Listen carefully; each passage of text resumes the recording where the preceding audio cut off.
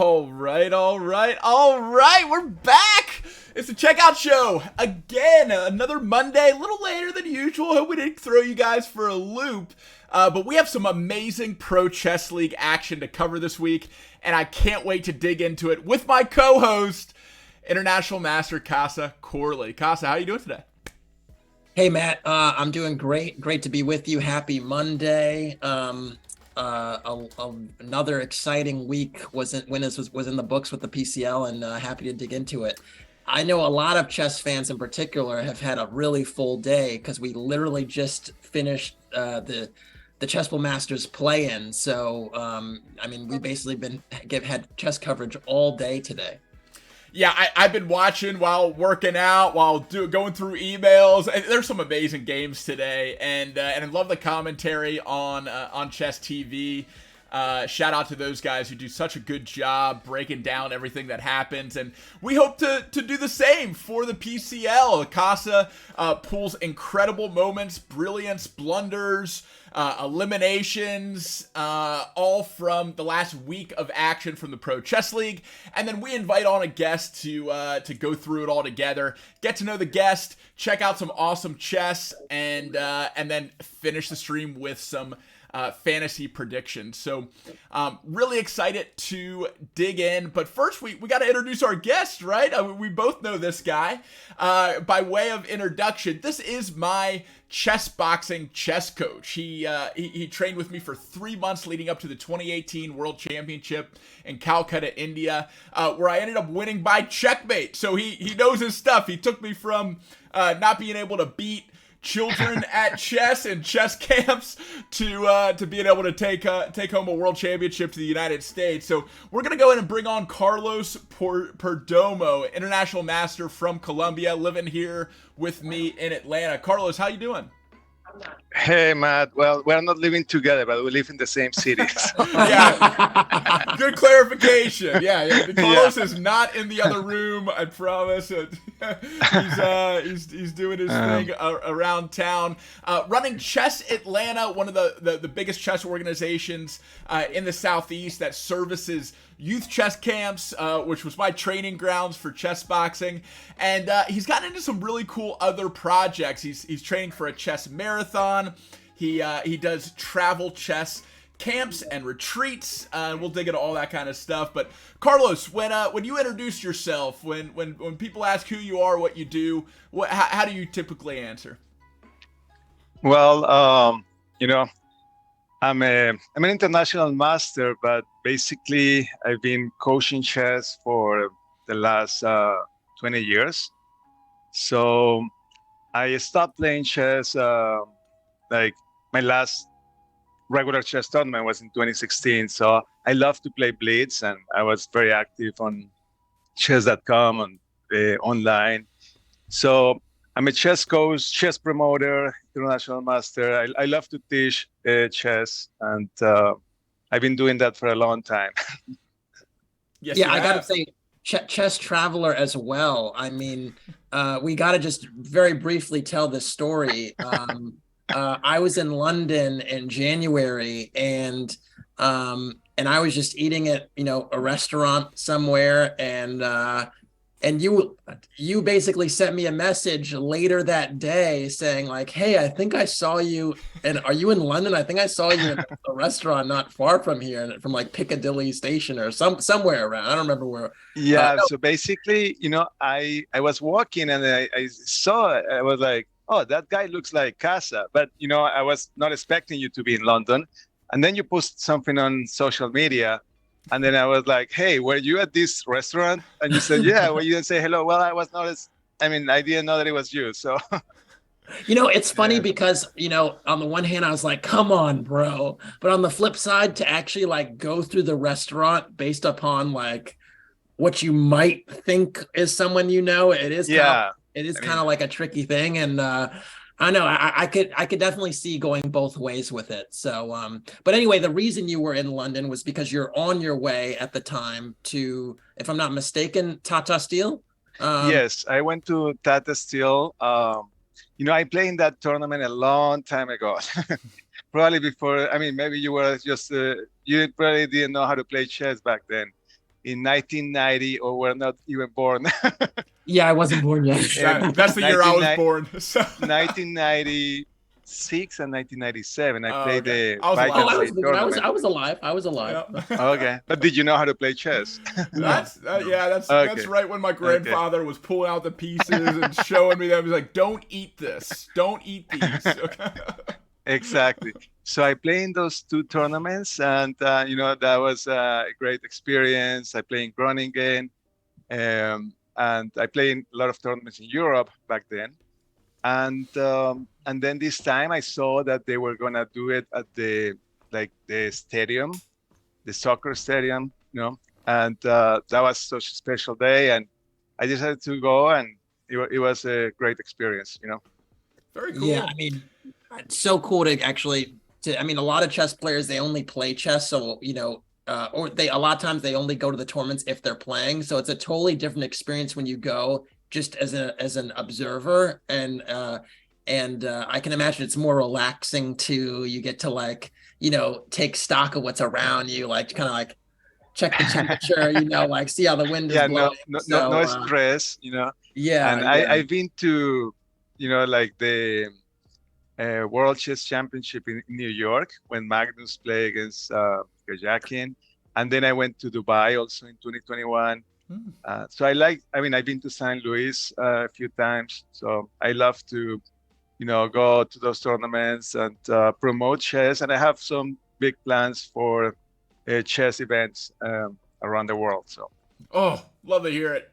And and we're going to dig into that. We also want to give our viewers a chance to get a sneak peek at the puzzle of the day. So we'll keep chatting a little bit, but let's go ahead and pull up the board here. Casa has found a really exciting puzzle today. And a reminder, if you're new to the Checkout Show, we give away Chess.com Diamond memberships in every episode. The way to enter is through !giveaway, gives you the breakdown of instructions.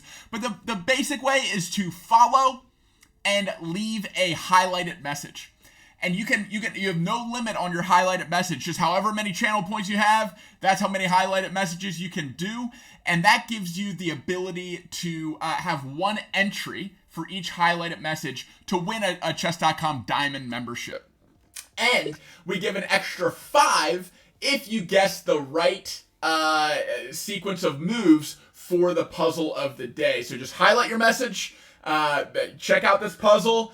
If you get it right, we'll give you a few extra entries, a higher probability chance of winning some of the memberships, and that is that. But I really love the story of how you two last interacted. It just goes to show how small the chess world really is. I mean that it's the biggest participation game in the world, but it's such a small world when you really drill down to it, especially when there's a big chess event in a certain city. It's so true. I mean, we've been in the. Sorry, Carlos. We've probably been in the same place dozens of times. I'm not maybe dozens is strong, but at least a dozen times. I mean, I know I've seen you in Atlanta a few times. I know of that, and you just kind of know of other players too, even if you're not necessarily playing against them all the time. You tend to know of players. You see players on rating charts. You get a sense of players' games and so on. So it's just. There's there's an implicit kind of community that forms over time.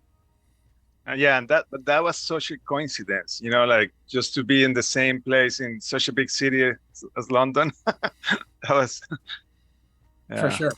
Yeah, there's plenty of places to eat there. That's you know what? It's not like there's a shortage to run into each other at a restaurant. It's pretty crazy. Actually, I was I was on my way to London, and in the JFK airport, I saw a friend from Atlanta. We just passed by. Hey, where are you going? Small world, man. One other thing before we get to this puzzle, and by the way, Carlos, your chess skills and perspective is going to be so valuable today. Because thank you. I'm retired and I haven't. No, I know you're gonna pull I'm retired card, and but I know the mind is still there. So, but I was doing some Googling on you a little bit, and it was brought to my attention that you played in the Chess Olympiad in '96 in the Yerevan Olympiad, and I actually looked up one of some of your games, and you were giving some people work back in those days. So thank you. Yeah, those are like great memories. I love those team tournaments. Those team tournaments, I guess, were my favorite ones. You're representing your country, and it's a lot of fun. You meet people from everywhere. I mean, it was a great experience to play those Olympiads. But my favorite, or not my favorite, but the best result I had was actually in New York back in 1997. And I was able to win, I gain an international master norm. And then I played 7 grandmasters in a 9-round tournament, and I scored 5 out of 9. I beat 3 grandmasters in a row. That was very surprising. Sick. But sick. Yeah, I got lucky in some of the games. They probably got overconfident, and I was able to win. And I have great memories. It was my first time in the US, and my first, the best result of my life. So in New York. Yeah. So cool. Quick clarification. We have a few entries already in chat. Shout out to Mr. Milk and Great Pawn and Jack's Attack. But Casa, it is black to move in this position, correct? Yeah, let's set the scene here a little bit. So it is black to move. And in previous weeks when we did do our puzzle, we talked about themes like urgency. We talked about checks, captures, threats. We talked about material. So let's just dive in. I know Carlos saw it almost instantly. As soon as we went live and the puzzle went on, I was like, don't say anything. But yeah, basically we have a situation. So the first thing I love to do is just count material. So, if you offset the 2 rooks here, it's basically white essentially is a queen for 2 knights, right? A queen for 2 knights. And then the pawns, white's also up 2 pawns. So essentially, if we're just talking on a points basis, white is up 5 points.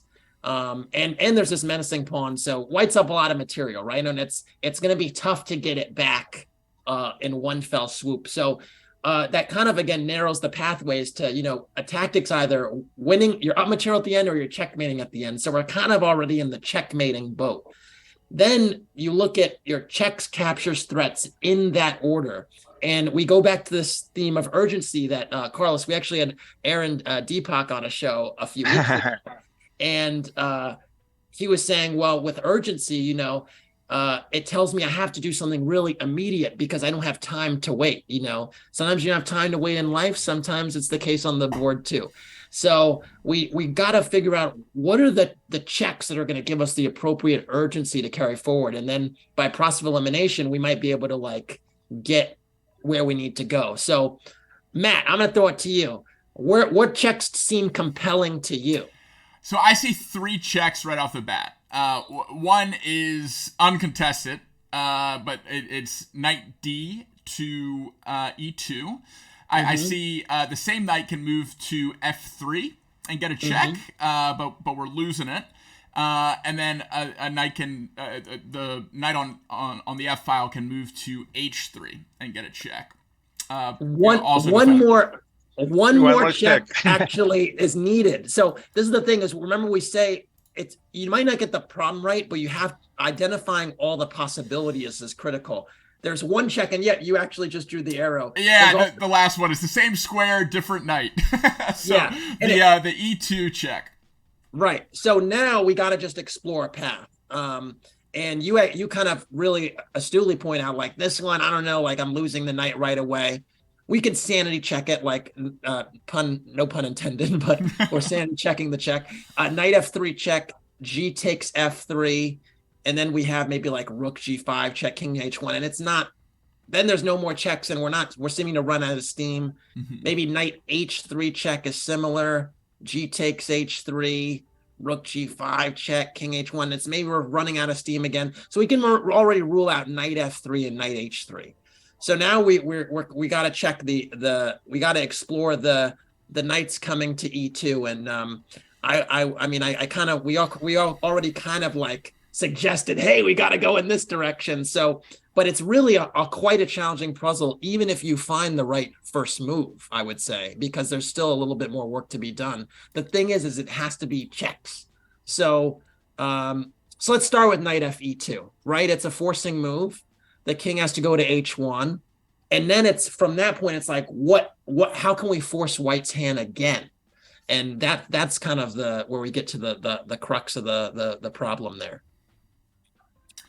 That's right. So, what I'm looking at is after that check and the king moves, I'm looking at either bringing the other knight in for that same kind of pattern, or I'm looking at setting up the rook in a menacing position.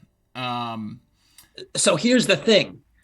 If we give white time to do anything, we're in a world of hurt because the queen can menace us because the pawn is really far. So the challenge is after knight fe2 check, king h1, do we have something that, and there you go, you're drawing the arrow. We have to have something that immediately compels action.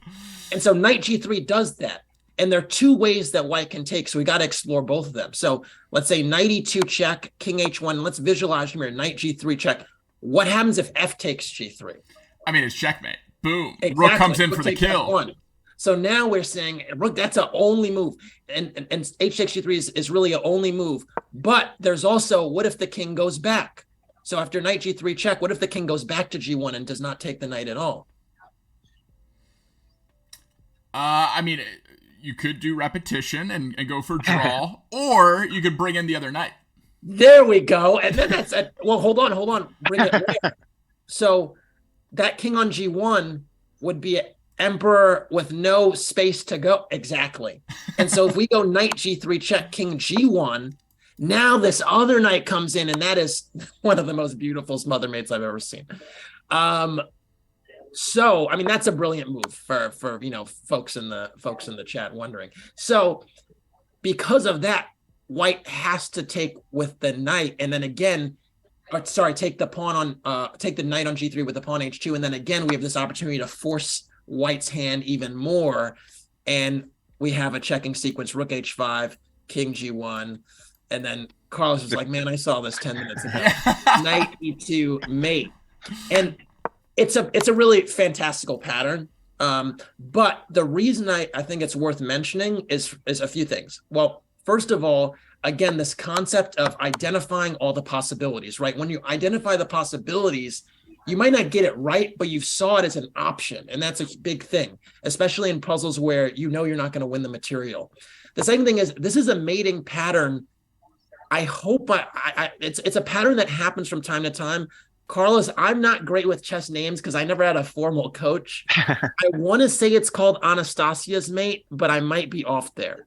Yeah, I guess I wonder if Anastasia's checkmate is just the sacrifice of the queen, but it's the similar pattern, right? You open up the H file, well, the file, and you check, and then checkmate with the knight. Or sometimes you just check with the knight, and then sacrifice the queen, and then checkmate with the rook. So, or you can sacrifice a rook. So yeah, I guess you're correct. That's the pattern. That's why I saw it really quick, because I knew I knew what to look for.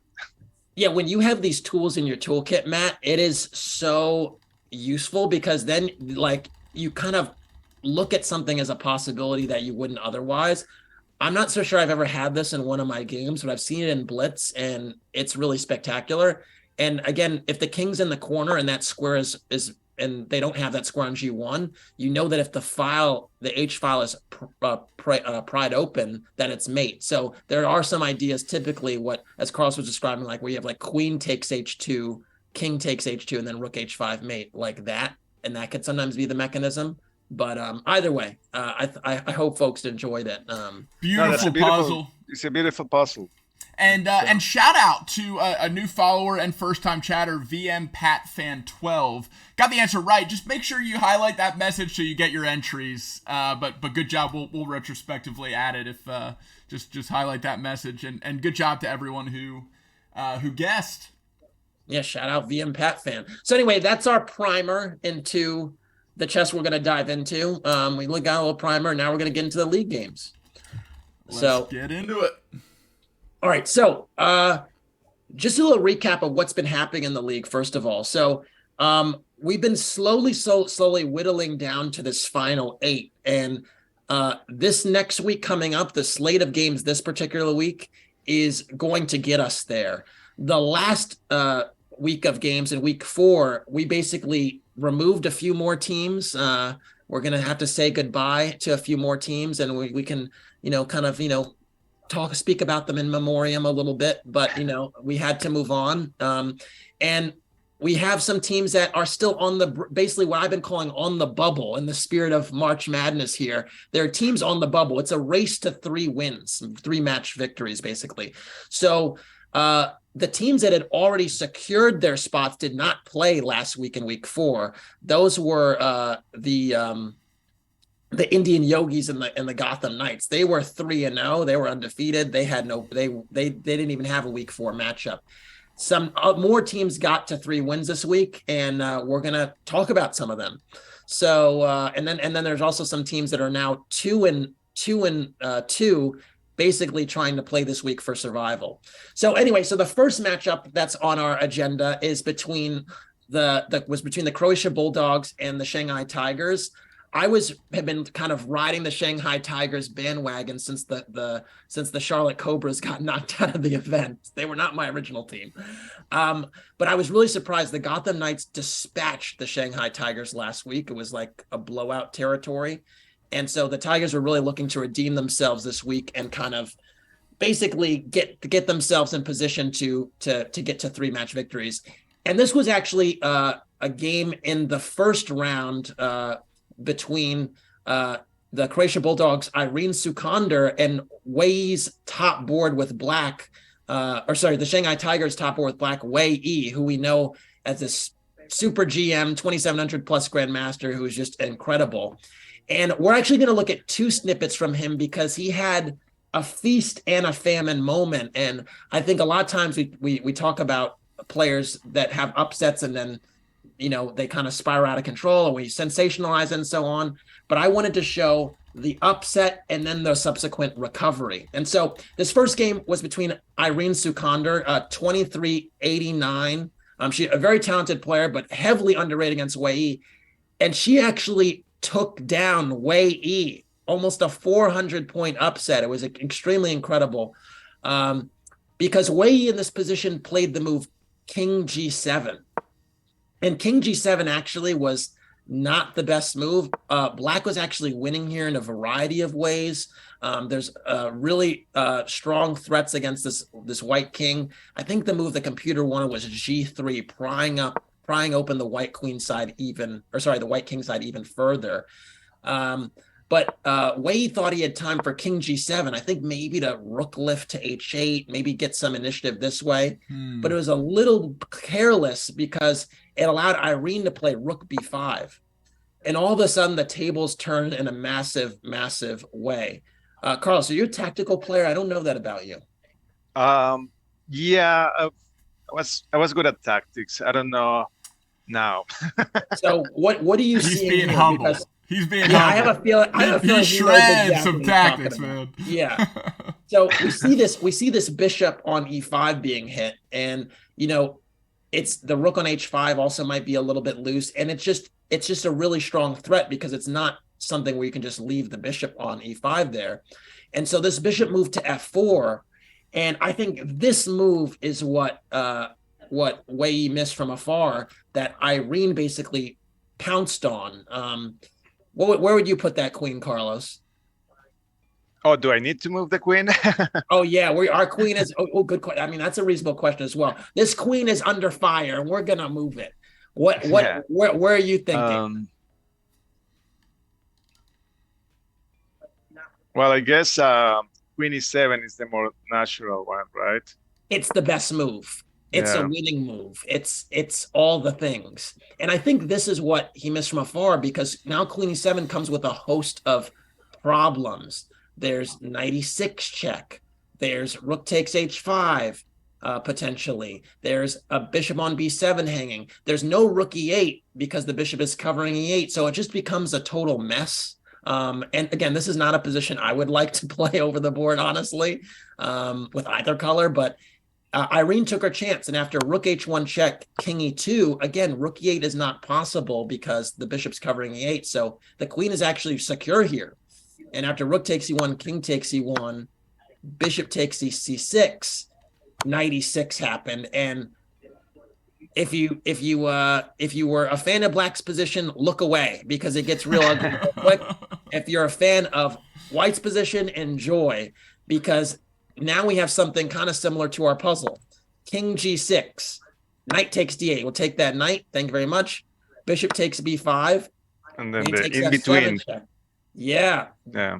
Nasty in between move. Not taking the bishop on b5, but that getting this check first, which nudges that king. And this king is short of squares. After king f5, knight d4, another in between move. King g5, and then knight e6. And all of a sudden, this is real. This is what we call a nightmare, folks. That's a checkmate, right? Checkmate in a few moves. Yeah, I mean, do you want to finish the job for us? So if king h4, it's checkmate in 1. Wait. Oh yeah. I missed the checkmate one. It's actually a nightmare, Matt. So yeah. I'm looking. Is it f5? Is it knight f5? Yeah, Does that do it? All right, let's go. See, good job, Matt. Look at you look for the checks, and then you sometimes find the right moves, and bam, it's just a brutal mate.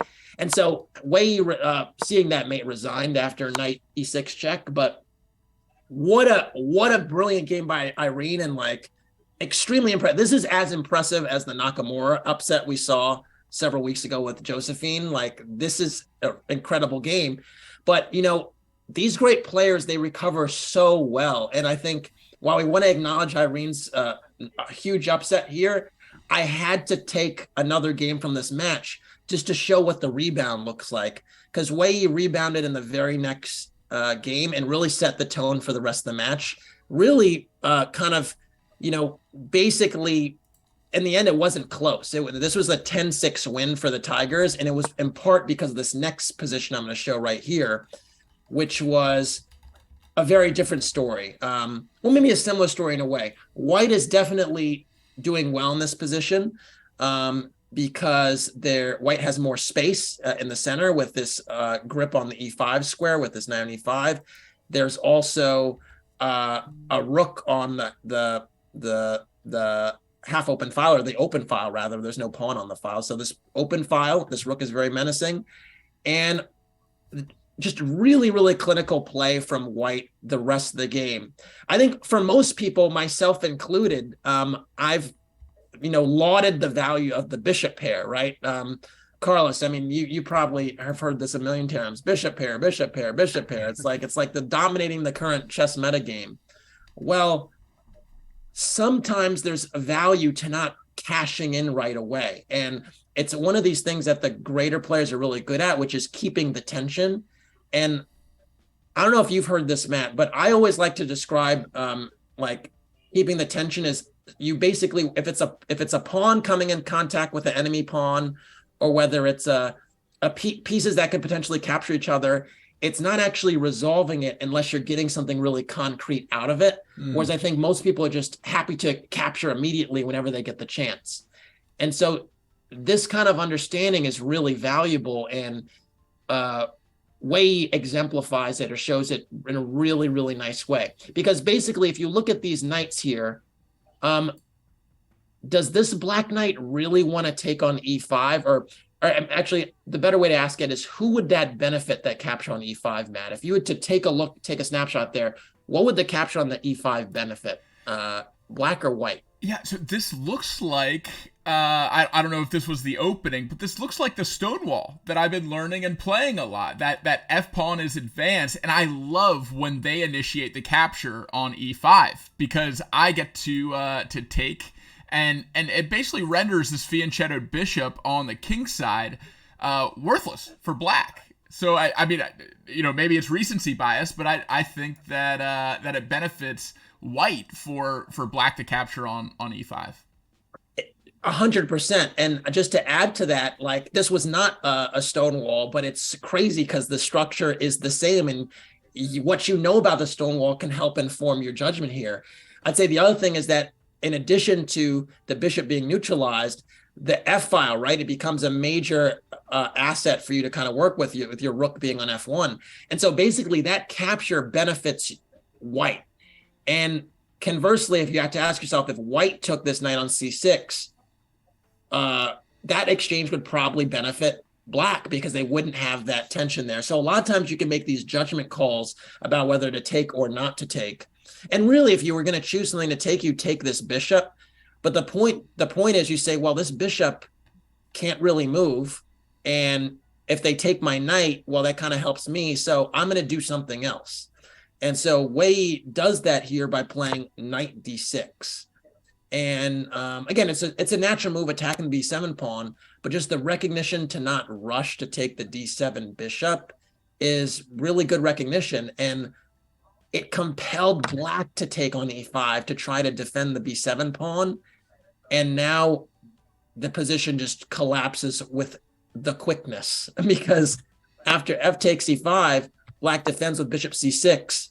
And every move the rest of the game is like a power play. It's like tempo, tempo, tempo. So the first start was bishop b4. Sick move, line the bishop up against this rook on f8. The rook on f8 can't move because if the rook on f8 moves, your rook that's acquired this new half open f file asserts itself and f7 is hanging.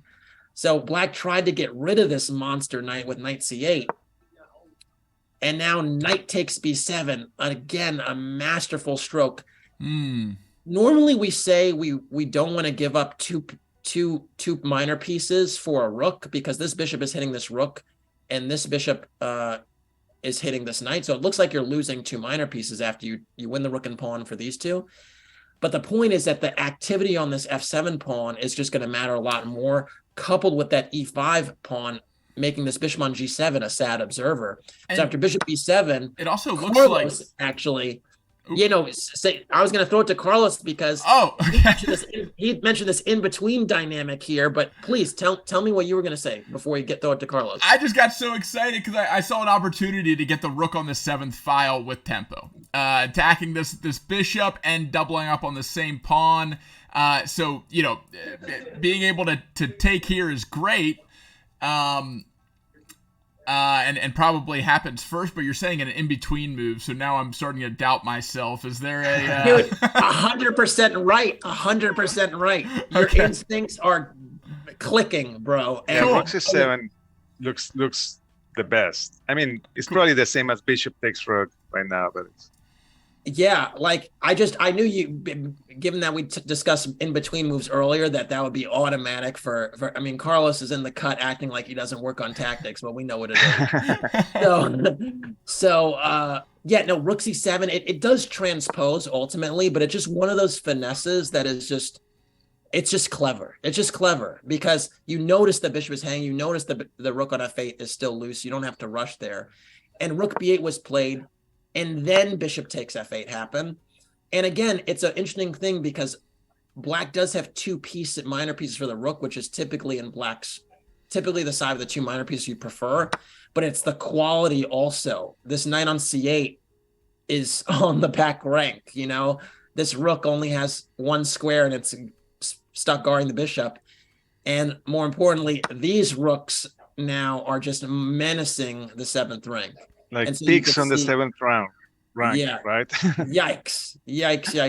Yeah. And again, it's with hitting the bishop on b7 with tempo. So I have a question for maybe some chess players around my skill level, mid tier at best. Why not take with the c7 rook instead of the f rook? In my mind, taking here. Now we're doubled up to be able to potentially take the bishop. What is superior about this F rook making the capture? Well, when you capture if you capture with the C rook, Then black just needs to protect the bishop moving the knight. Let's say 97, with the idea of maybe 95 cutting the rooks, and black gets some defense. If you do it with the other rook, then the power of the two rooks and the bishop on b7 is basically trapped. You got to move back to a8, more threats. And then the e6 square is a target. I mean, maybe you even have time to play b3. I mean, it's not necessary. You just play bishop g4 and then you go for e6, and that's like I think it's a deadly threat. Yeah, no, it's okay. Perfect reasoning there. Really, like, the funny thing, Matt, with your question is that both moves actually attack a bishop. It's just the difference is one allows black to untangle. Like, so when we take with this rook, 97 literally isn't possible because white would actually take the two pieces for the rook back. And then just have a much better position with interest, with the rook being so active, and then also just being up 2 pawns here. So 97 is not possible, and we're also just hitting more stuff. We're hitting this bishop on b7. We're hitting this pawn on h7. Whereas if we take the other way, like Carlos pointed out, it's not. It's now all of a sudden these rooks aren't actually going to be featured and even connected on black side of the board for too long, because knight f5 is a threat, gumming up the works on the open file. So, but it's funny because they both actually attack great threats. It's just one allows black to defend instantaneously. Yeah. So that's a good. Thanks for breaking that down. And for those in chat, I know we already have a lot of entries, but reminder to highlight your messages for entries to win diamond memberships at chess.com. And if you're watching on Chess TV, pop over to the Twitch stream, hit a follow. You get channel points for that. You can highlight a message and have a chance to win. So basically after rook takes f7, it's funny. You mentioned bishop a8. I was definitely thinking that was a possibility as well. Ante Saric, excuse me. So I'm just going to say Saric. He played bishop c6, which is actually a clever attempt to defend, right? Because you can't go rook takes c6 because you lose your rook on f7. But there are other ways. You can find the move. Yeah, I actually think some people might consider going rook takes f8. And honestly, this probably would get the job done because you're getting the two bishops for the rook. And even though it looks like they could take on b2, the knight on c8 is so bad that you're going to remain 2 pawns up here because you can't take on b2 yet because rook takes c8. And if the knight moves, then you can just defend the pawn. This is probably a winning position. But, Wei is kind of greedy or tactically decisive, because he went with your solution, Carlos, of bishop g4. Yeah, that bishop on e6 is a killer. Absolute killer. And then we have checkmating threats. If the bishop gets here and then there's a discovery, that might actually be mate. So, black basically played bishop h6, trying to get some last-ditch counterplay on the king side, but it wasn't relevant because after bishop takes e6, bishop e3, bishop takes e3 check, king h1.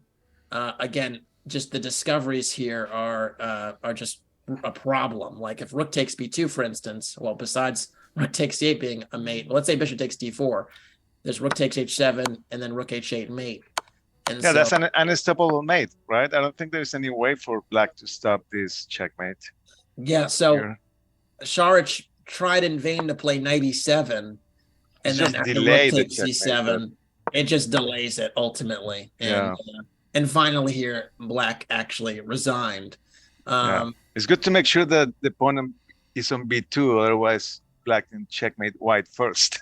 Yeah, it's funny how many games actually at the higher levels really do just come down to a tempo. Like it's so crazy. Like we're gonna actually see a few other examples today where if the other side could move, they would be winning. But so much of chess comes down to that. It's so true. If this b2 pawn wasn't there, rook b1 would be mate.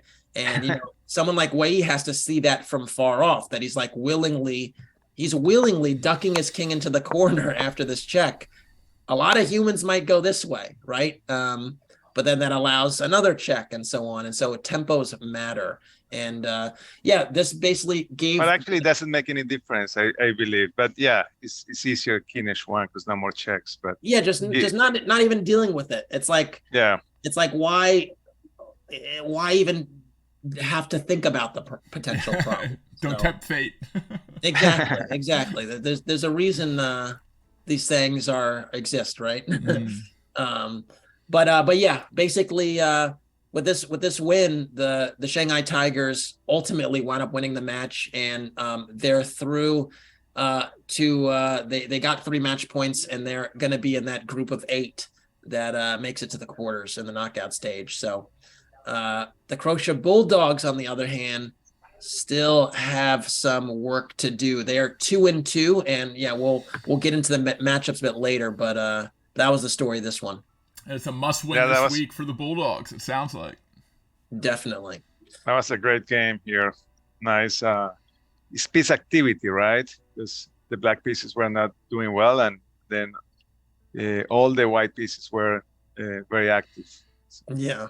See, Carlos he's basically saying, I love the piece activity. Man, this attacking, like, I love it. I know I'm catching the vibes already. Oh, yeah. All right, so next matchup, another battle between 2-1 teams was between the Levitov Chess Wizards and the Canada Chess Bras.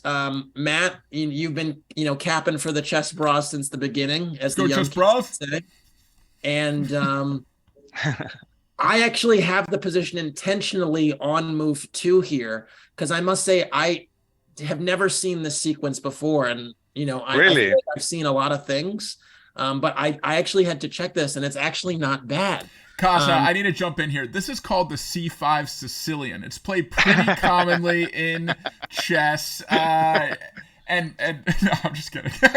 It is. So that's the thing. It's like, maybe it's because I haven't played a ton of Sicilian lately, but I'm kind of the opposite of attacking, Carlos, and just folks out there. It's not my thing, but I was really surprised because by the way, Alexander Shamanov, very strong player, strong grandmaster, a member of the Chess Wizards, playing Magnus Carlsen with black. Shamanov here played d4. I've seen this before. And after c takes d4, I'm thinking, he's doing a Smith-Morra, normally the c3, the gambit. White played queen takes d4 here. And I didn't think this was I thought that black would probably just already be better because your black's playing knight c6 and getting a tempo on that queen. And we obviously learned early, don't bring your queen out early. But white just played queen d3 here. And, I actually spent some time just checking with the computer and so on.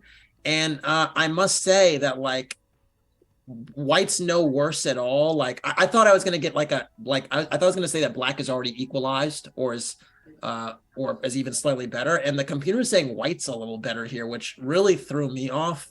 I feel like if I let the engine run longer, it would say something different, but I was disturbed that this was playable. It just upset me in some way. I never seen this one before, actually, on a game, on a grandmaster game. Yeah, so you can basically play, just to recap here, just really quickly, you could play d4, bring your queen out on move 3, move it twice in the first 4 moves, and you still have a very, very playable position. But remember, we tell our students not to bring the queen out early in the game. So this is for grandmasters only. Don't go get many ideas at home. Yeah, don't do this at home, right? Just ridiculous. Yeah. So anyway, we're gonna zip through the opening and middle game portion. I just thought that was something of note. Carlsen decided to fianchetto his bishop and handled it well. And this queen was just hanging out on d3. And it was kind of a normal position where white had a little bit more space and was better. And then there was some changes in the middle game where, black got some pieces out and then ultimately had a potential outpost on d4, but white had more space on the queen side. I'm going relatively quickly because this is not really the crunch moment. We had more moves. White took some space, but black secured this knight on d4, and this knight on d4 is a monster outpost. Like, it's just better than the bishop on f3. And so Shimanov decided to take a pretty radical decision to actually sack the exchange, and this changed the contours of the game. Wow. Because white is not better by any stretch of the imagination, but now that knight on d4, that was basically an anchor that gave black this amazing dark square control. And basically this bishop was just a fat pawn, honestly. It was totally neutralized. Now it has the potential to maybe be something more, although it's still not great. Like, if this bishop was a dark square bishop, then we'd be talking. Then we'd have all types of, holes around the place where the fianchetto bishop used to be on g7. But Shimanov played very aggressively and creatively here, and after king g8, he actually played g4. He was insistent on trying to kind of open lines while there was maybe time to try and do so, because if black makes a few moves to consolidate, maybe trades the queens or trades the rooks, there's just no attack. And so Carlsen, being the endgame vert master that he is, he basically tried to trade the rooks, and Shimanov said no, and then he traded a pawn here to kind of loosen up this the white structure, but also get rid of the pressure on h5. And then Carlsen went in with this rook, and there was some more aggressive play here, but Carlsen's holding on, trying to trade queens, attacking the rook with tempo, attacking the queen with tempo, and everything is kind of going okay. White has opened up some lines, but black is still with these tempos controlling events, at least thus far. And then he made this mistake here. There's not a losing mistake, but it's a mistake that gives white a lot of counterplays. He played this move queen e7, and it's the most natural move in the world to bring the queen closer to the king, stop the e5 break, and so on. But what he missed, and I think this is very easy to miss actually, is after h takes g6, f takes g6, white played this move that almost threatens mate. And I know Carlos is all over this because I know you're all over this. What do you think white played in this position to try and threaten some mating pattern? Should I say it now or? No, yeah, for sure. I know Okay. I know you're on it. So we're just keeping everyone on the P's and Q's. Yeah, I mean, the first move that everyone will consider is like check with the bishop, but then the king just moved to g7 and black is actually fine. Then the queen f6 or rook f8 and black is fine. So I guess the move that Magnus missed was queen h6, controlling the dark squares first, and then the the bishop move is almost checkmate. Yeah, and this is basically, I think, was kind of the initiation of the tables turning slightly, because it's kind of easy to see the check but miss the quiet move. Sometimes the quiet move, the calm before the storm, Matt, is just it just gets you sometimes. You just miss that calm quiet move. And so now you have to deal with bishop e6, and this is not comfortable. It's not comfortable anymore, at least. So anyway, Magnus played queen g7. He has to give his king a space to run away, and so now he blocks the queen's access there. But now bishop e6 happens, king f8, and then queen g5, and now the pieces are starting to swarm the black king. And again, nothing has been spoiled at all yet. Black is fine, but you already have to be careful, basically. So Magnus played rook c4. Reasonable enough.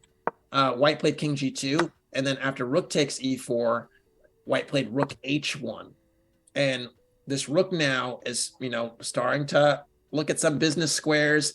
This rook on a8 would love to get in the act, but it can't because it has to guard the d8 square, the queen d8 mate. So it's white just is starting to have some threats, and you can just see, even though the material isn't equal, even though white is down in exchange, white's king is drastically safer than black's king, and that makes a difference in positions, especially at this time control, which is each side has 10 minutes in these games. So yeah, this is a good example when when a bishop could be better than a rook.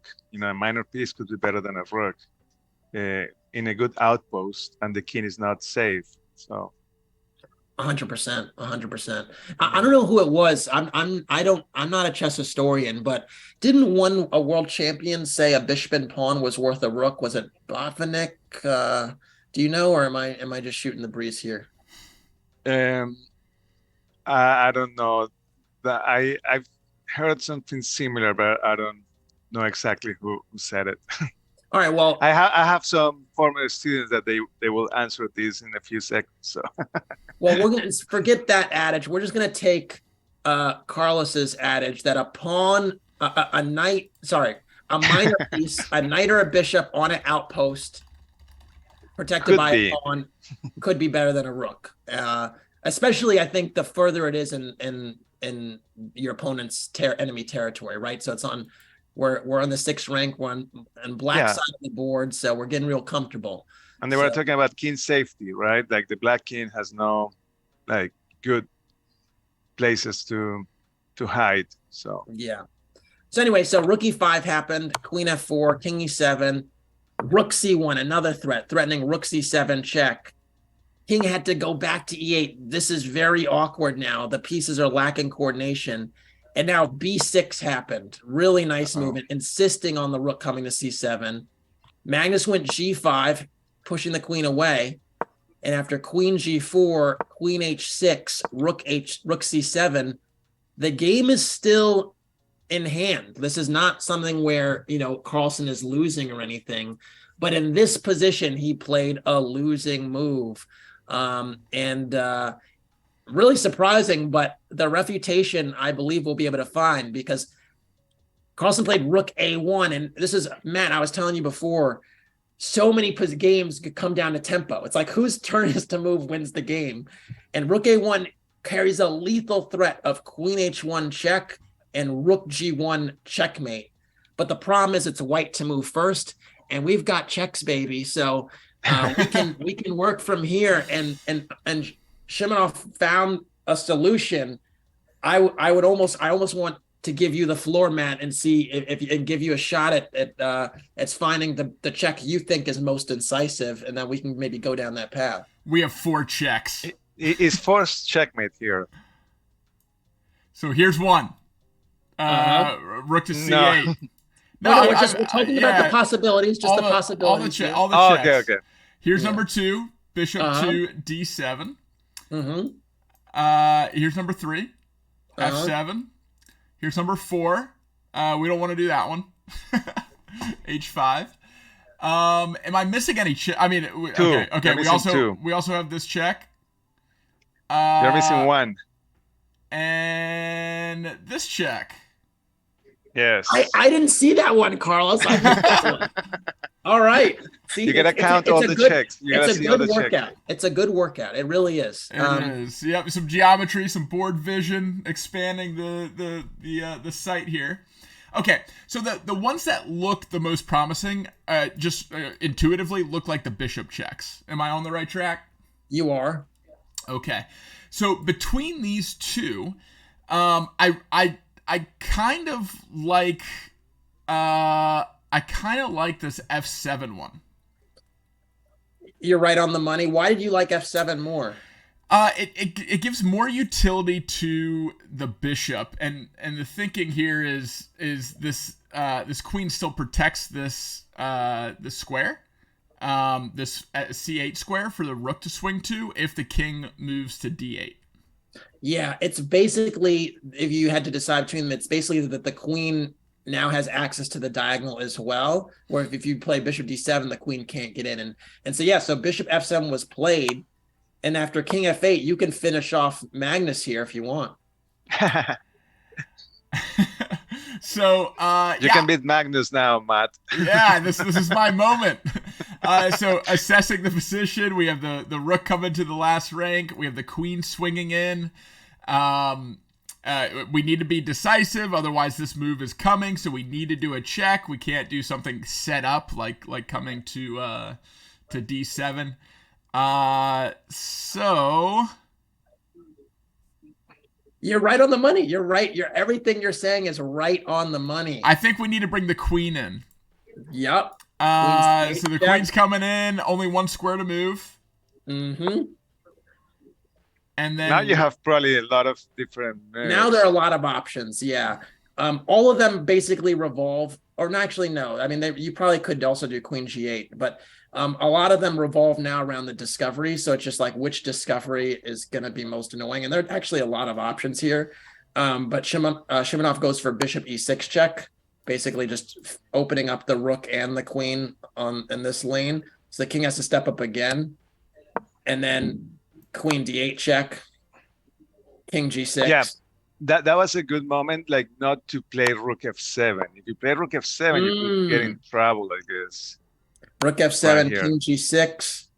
And then after Queen Queen G8, G8. King H5, and then the checks are running. We still have Rook H7 at least. We still have Rook H7 at least, right?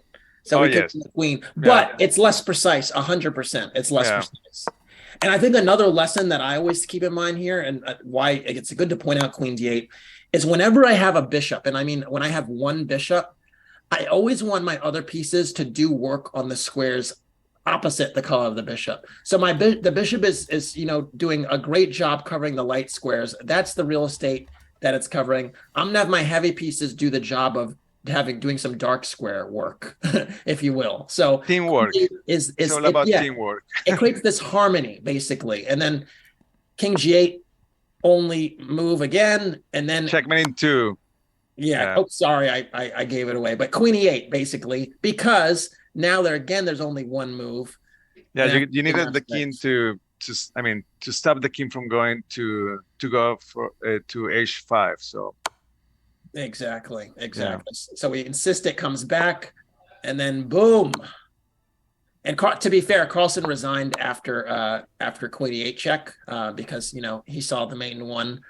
He probably saw the mate in whatever, like 10 moves ago, but he played it out because it was a rapid game. And, we've seen, Carlos, we've actually seen a number of mouse slips late that have turned matches like in disturbing fashion. So, a few years ago, I heard like someone suggested that all the chess games should end until checkmate. That will make it better for people to understand and more excitement. So I don't know. That's maybe it will be something to consider one day. I would be in favor of that. I think for viewership and people learning chess, I think it would help a lot. Yeah, because sometimes like grandmasters resign way too early in some games, and no one really understands what's going on. Even though it could be just a easy win for a grandmaster, it's not easy at all for beginner players. And that's one of the things that would be great in theory, having it go to a definitive end, but pretty hard in practice. Try to get a pissed off, deflated grandmaster to force like hold his hand all the way to getting checkmated and humiliated. It's like a little tough, but I like the idea. Yeah, I mean it's one of these philosophical questions, right? I mean, you can go back and forth with it. I think that there's also like a bit of like it would be painful to play out. I guess you'd be desensitized to it eventually, but the idea of playing out a game where there's literally no chances whatsoever, it's almost like that. It's like that lack of a mercy rule, right? It's basically saying like, we're going to play this baseball game and it's going to be 20-2, but we're going to still play all the innings in Little League or whatever, right? So yeah, it's I mean, that happens in usually bullet games, right? Bullet games ends on checkmate or people run out of times. Yeah. True. Yeah. So that's a checkmate. Nice checkmate here. So basically, with this result, actually, the Levitov Chess Wizards kind of beat the Chess Bras soundly, and they won, I think, 9.5 to 6.5. I'm going to just confirm that. Yeah, 9.5 to 6.5. Carlos, it's the first to 8.5 in these matches, and it's a big deal because the Chess Wizards now move to 3-1, but the Chess Bras, the team that features Magnus Carlsen, are at 2-2 and in a must-win situation this week on the bubble. So We actually had Aman join us in a broadcast very recently, and what did we hear? He said, well, a lot of these matches are really close, and we're a top-heavy team, so that's just the way it's going to be. And he trusted in the lineups that are assembled and so on. But it's going to be a real gut check time this week to see if he stays true to form with the top-heavy lineup, because the balanced lineup sometimes been for us, some other teams have been providing more stability, and the top-heavy ones, you're round by round, you're biting your nails, Matt. Right? So it's a tricky situation for a captain these days. It is indeed, and we are getting down to the wire. You need 3 wins to advance. If you don't get it this week, you're out. And that's just how it is. It's a big week in the PCL, and it sets the stage for the playoffs, which we'll get into a little later in the segment. But before we do, we have some more snippets. And if you do want a chance to win the Diamond memberships that we're offering, if you're over on Chess TV, just click on over to the stream, hit a follow. You get channel points for that for free.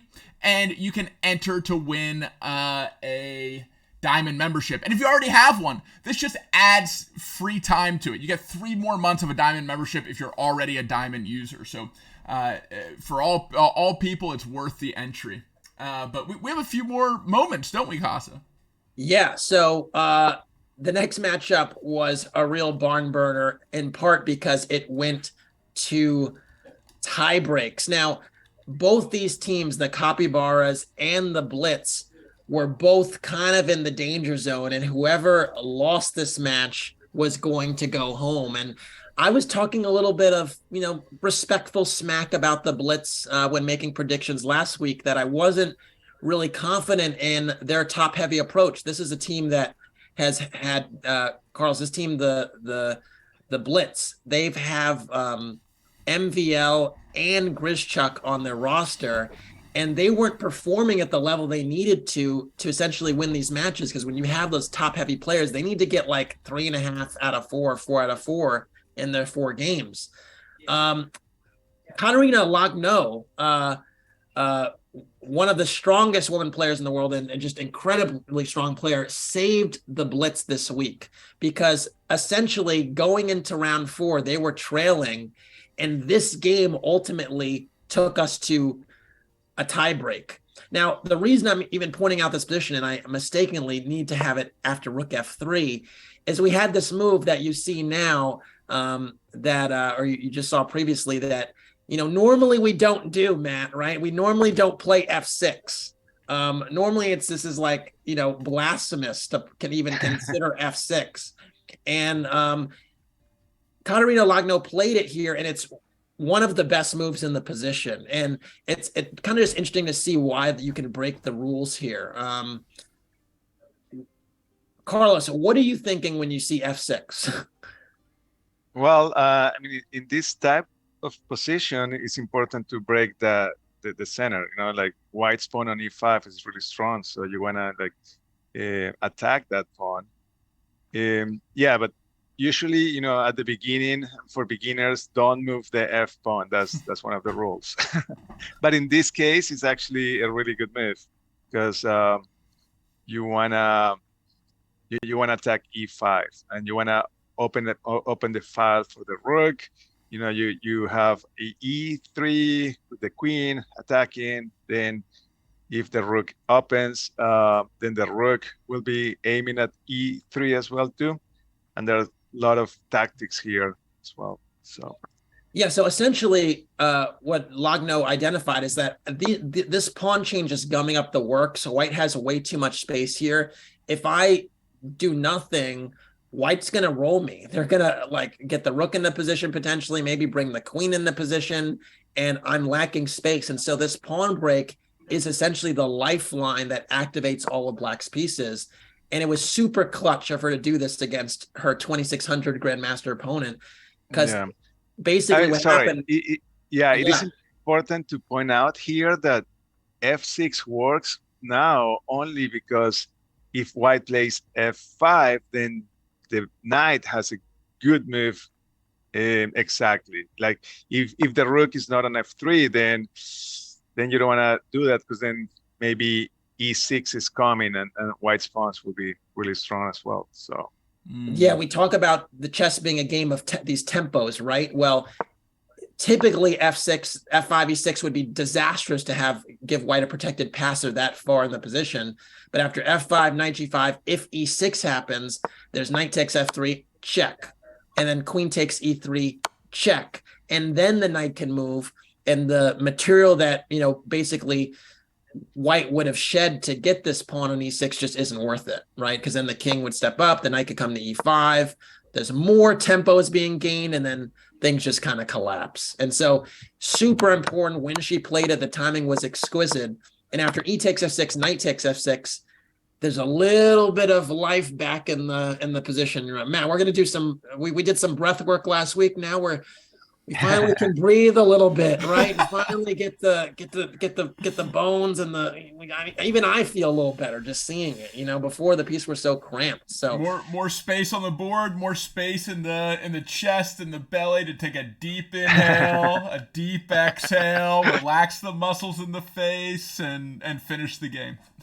Yeah, I always say that when you have a cramped position, and it's just a good rule. Carlos will know this already, but when you lack space, you want to trade minor pieces.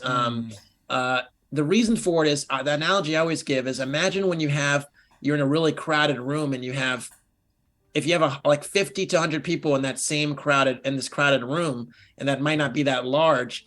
All of a sudden, like people can't move around. There's bad BO going on. Just nothing about it is desirable. Whereas, if you have 5 people in that room, it's okay, And so, basically, Lacno's not trading, but she's basically just stepped into a bigger room. And so now after king h1, king actually moved to h1 to get out of this diagonal. We actually see white has some problems. This f pawn has been pushed, creating this backward e pawn. And now these rooks finally get connected for black. And the next few moves are just a power play. So knight d4 happens, c5, opening up this diagonal. Who cares about the b5 pawn? Yeah, maybe we should point out that the reason why black was not able to win the pawn on d4. Oh, good point. So yeah, this pawn does look tasty. But after knight takes d4, e takes d4, queen takes d4, this queen is unprotected, and again we start with our checks, captures. Matt, what's the move? Boom! Take him out. Back door with the check. Bye to the queen. So we don't get greedy. We get all our pieces active first. So c5 opens up that line, gets all the pieces working. After knight takes b5, d4. Look at this bishop finally doing something we never thought it would do. Menace that rook on f3, menace that king side. And after knight a4, queen d8, just savvy retreating, still keeping the pressure on f3. And now finally, look at the transformation. If we just compare this position on move 24 to this position 5-6 moves ago, it's a dramatic, it's like one of these before after extreme makeover home edition pictures. I mean, it's like it looks so different. Oh, I'm skipping ahead too far. Oh no, hold on. Close your eyes. But basically this picture, this home for these black pieces, it's just transformative. It's riveting. It's everything that anyone could have dreamed of, Anyway, so after d takes e3, rook takes e3, Lacno. Now what's the tactic next? Let's see. Is anyone in the chat saying it? Yeah, we can wait a moment if someone in the chat wants to, But yeah, bishop takes g2. Man, power play chess right here. Bishop takes g2, king takes g2, knight takes f4. In come these pieces. And the funny thing is, black might not win the material right away, but this king is stepping out. These knights are not where the action is in the game anymore. And after king f2, rook takes e3, just more pieces are flooding the zone. And again, who could have imagined this 10 moves ago? Like, it's really quite a transformation. Bishop c4 check was played, trying to... Oh, wow, that was an interesting in-between move. I didn't see it.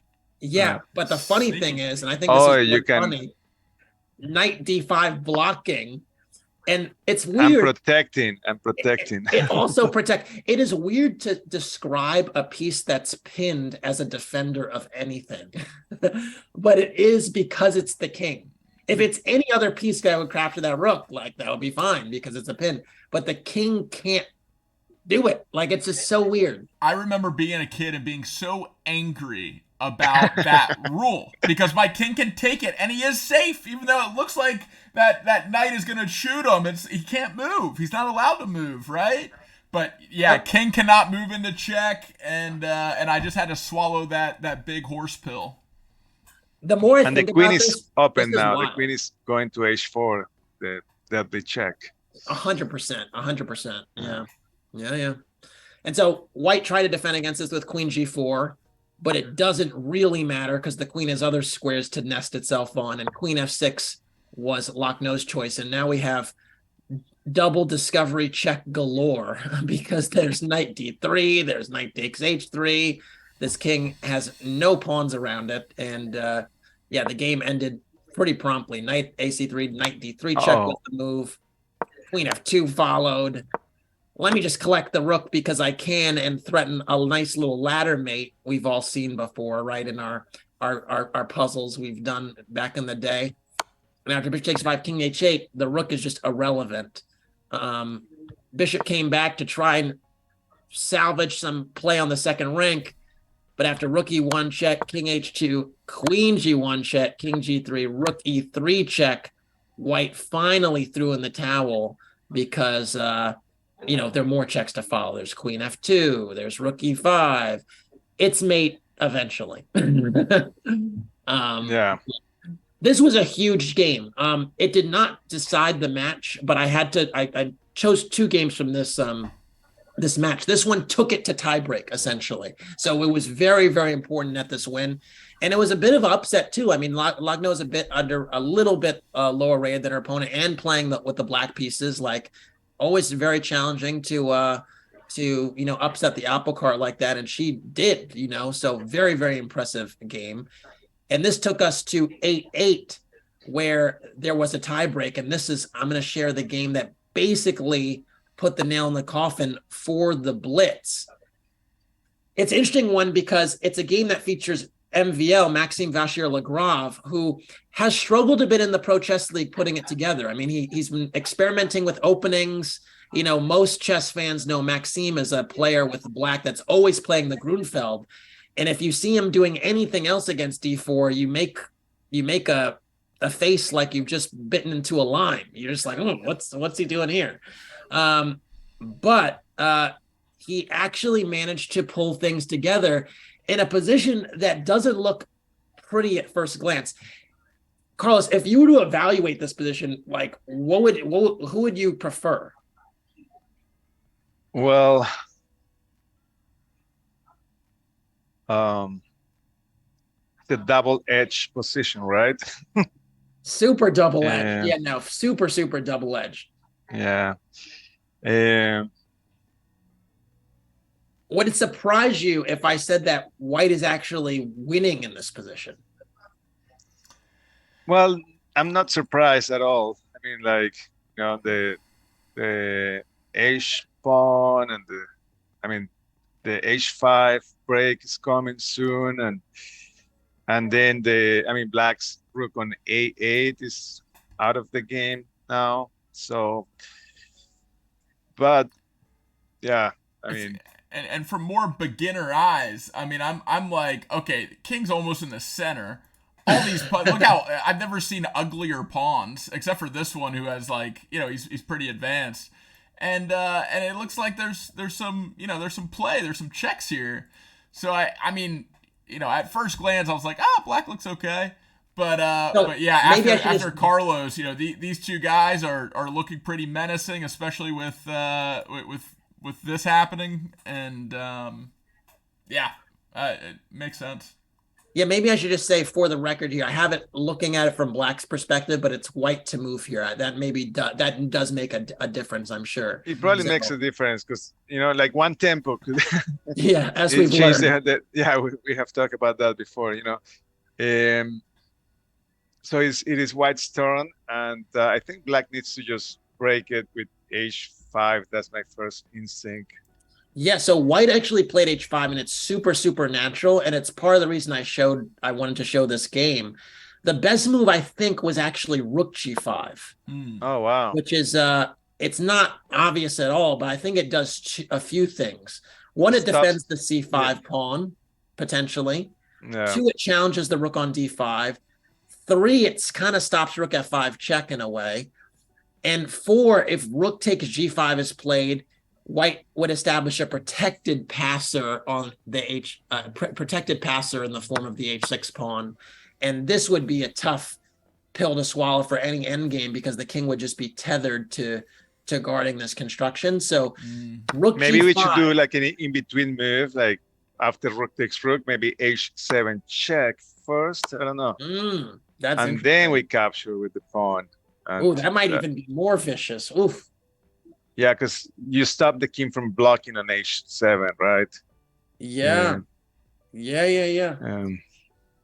Point being that if king takes h7 here, hello, this rook opens up. King and the bishop is going well. And bishop might be able to influence things. Maybe it's a tricky one.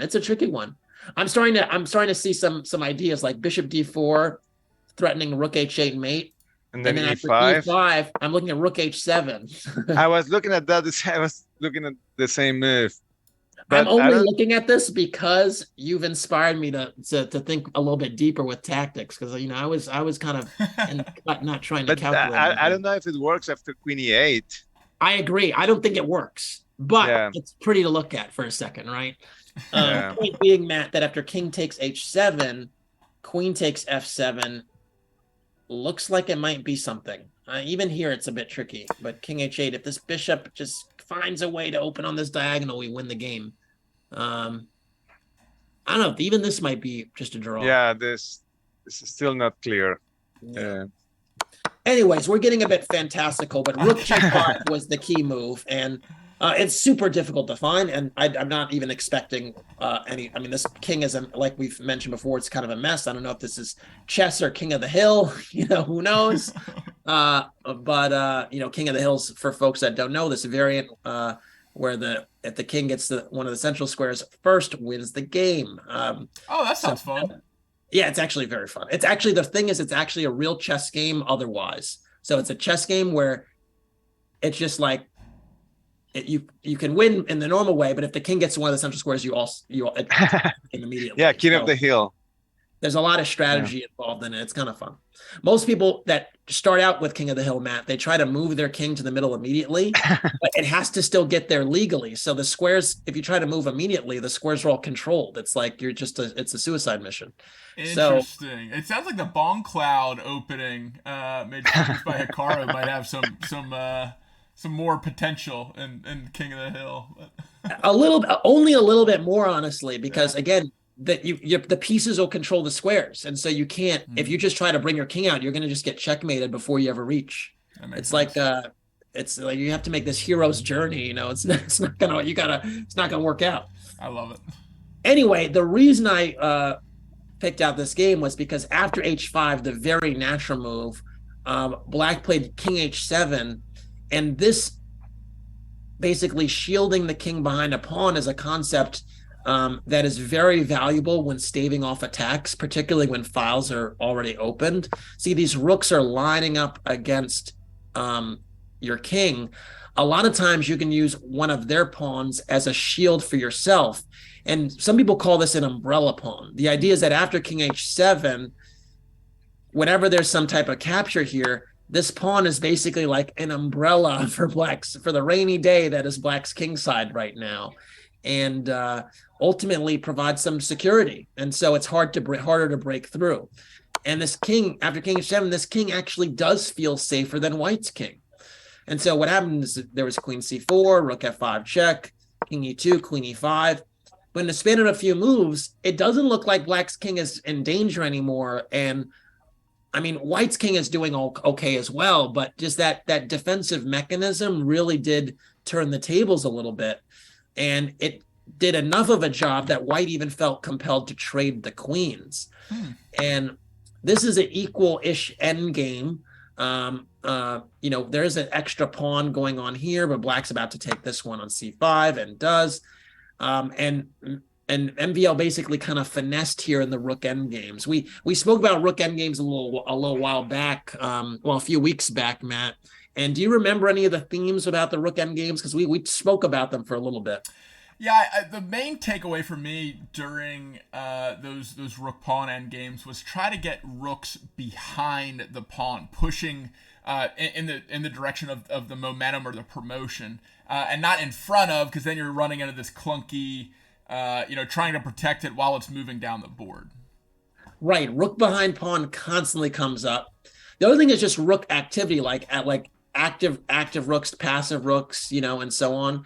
And the funny thing is you have the rook behind the pawn here, but because of this umbrella dynamic, it's hard to kind of break through and do anything else. And so really white would ideally want to get some rook around here somehow to try and nest the king off its porch, essentially. But it's hard to do. And black was just defending very well, because after rook d1, black played bishop takes d4, rook takes d4, and then still did not allow the rook to push the king away by playing rook f8. And after rook d7 check, rook f7 takes, we have a whole new position where the pawns are equal here, the material's equal, but this pawn that was an asset with all these pieces on the board becomes more and more of a weakness the more trades happen. And it also kind of tethers the white rook to passivity. And so this transformation happened where this pawn was like such an asset, like for several moves, and then all of a sudden isn't a strength anymore. And the next thing we talk about is king activity. So king e3 looks supernatural, but now this rook gets active, rook c7, king d3, rook c6, b3, b6. And I think ultimately white had this problem where they're like, what do I do with my rook? I don't want to move it away and lose the pawn, but also am kind of stuck. And it seemed like black had more ways to improve than white. So it was a really kind of nebulous position where it was hard for white to feel like they were improving. And after king d4, this actually kind of compromised things a little bit, because it allowed the rook on c2 to get behind. And this king faced some indecision about where to go.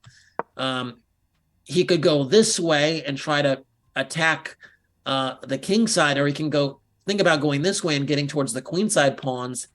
And he ultimately chose the wrong direction. He went king e5, and ultimately all of a sudden black's rook comes around and hits b3, and these are the pawns that actually matter a little bit more. So in a really roundabout way, MVL basically totally outplayed Sandro Mareko in a position that didn't seem very realistic a little while ago. And then with some nifty tactics, g3 is a nice one. If you trade rooks, this pawn is gonna queen. Rook h3 attacking the pawn again, but now rook takes b3, just defending. And after king d5, another last tactic, g2. And again, now this pawn is gonna queen, and you can't get behind the pawn because the rook is covering. And white had to resign. It's a weird game. I thought the really cool instructive thing was just creating this umbrella pawn here, essentially tucking away the king. It's a super useful mechanism when it feels like the attack is just blasting through. Use their pawn as protection, and sometimes you can get away with it. Very cool. Yeah, he just camped out the rest of the game, and it paid off. Yeah. And basically, this meant that the Blitz now are kind of back from the dead a little bit, and are actually they're actually 2-1. Or so, excuse me, 2-2. And we have to say goodbye to the capybaras. Valiantly we're in it for a little while, but yeah, all good journeys come to an end. I guess that's the team from Brazil and Argentina, right? Correct. Yeah. Such a cute mascot. It's I so know sad. Sandro. He's a good friend. Oh, nice. I met him in 2008 in some tournaments in Argentina and Brazil. So. And he's a great player. I mean, he's amazing. Amazing player. So yeah, one of the best in Latin America, like 2,600, 23, right? That's the FIDE rating here, right? Yeah. So. Well, another reinforcement that the chess world is a small one, especially at the highest levels and tournaments together and going going abroad together to these places. And we do have a question in the chat. Great Pawn asks, how long are the memberships? They are 3-month-long diamond memberships that you can win by highlighting a message in chat. That's all you have to do. In order to highlight, you do have to follow. So come on over from Chess TV, hit a follow, highlight a message, and you could win a chess.com diamond membership. We're giving away a few of them, and they are for 3 months. But yeah, do we have one more? 2 more? We got 2 more. We're gonna go a little bit quicker. Sweet. This is a part of our a blunder segment. Unfortunately, it's a little bit of heartbreak going on, and it's really unfortunate because we'd actually highlighted Dronavali Harika's technique in a previous week of the PCL because she had amazing endgame technique. This game was tough because she is killing it right now. She has 2 rooks. This one looks like a passive rook, but ultimately the big thing here is the king safety. She played rook takes g5 here, and it is definitely the best move. Attacking the queen on h5, hitting this pawn on g2 with that's a bad arrow. Hitting the pawn on g2 with the bishop here on c6 and the rook on g5. And it's just a really great move because it looks like black is completely crashing through. And Pranav, a member of the MGD1 team, basically just tried a last-ditch thing. He played queen takes e8. And black is winning here with a very precise sequence. In between move. And it's an in-between move, Carlos. Man, it just keeps coming up in chess. We want this queen. But we got to do something first because knight takes e6 is a fork. So if you want to save yourself from that fork, Matt, what are we doing first? What's the in-between move here? Is a nice in-between move before we take the queen? You see it, Matt? There's a check, but that removes the ability to take the queen. So there's another check. So it looks like we need to find another check. Okay. It's not here. It's blocked by a pawn. Where is it? Here we go. The queen takes on c4. With check. Yeah. And then we can secure the queen next. And it makes the world of a difference. So if you go queen takes c4 check, the knight blocks or the king moves away, whatever, and then we just collect the queen. In fact, we actually can collect the pawn on g2 as well. But we could just take the queen. It's a much more reliable thing to do. And I think that's better, to get the queen instead of getting the pawn. Yeah, and then we're ultimately going to have queen and bishop for 2 rooks because, white can still give a fork here and take the rook, but at the end of the day, that's not going to be enough to change the tide. Instead, Harika, unfortunately, it could have even been reflex. It could have been pre-move. Played bishop takes e8. Oh, no. And now knight takes e6 check happens. Beautiful fork. A master of all forks. That's incredible, right? The royal family fork. Yeah, there we go. Yeah, and unfortunately, after king f7, knight takes e5, d takes e5, white's just up in exchange, and that's just enough to win at this level when these players are so good, and so really the rest was just window dressing. I suspect again because it's a rapid game, and their mouse slips and so on. Maybe she thought maybe she could be the recipient of one, but there was just a little bit more technique, some securing of pawns, and then eventually black threw in the towel here. But it was just that in-between move. She did all the hard work and had to play queen takes c4, and that would have resulted in a win for black here. So both these teams are still alive. Well, I should say the the MGD1 team, Harika's team, has at 2-2, and the Norway Gnomes, who literally every match has been really close, like really close. They've been like on the good side of all these close matches. They are 3-1 and have ultimately clinched their spot in the group of 8. So cheers to them. It's amazing that they're 3-1. I mean, truly amazing.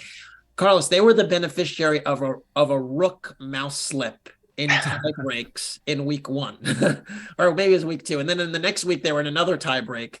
And now this match against MDG1 and the Indian, and one of the Indian the teams with a lot of Indian players, they actually won this one 9-7.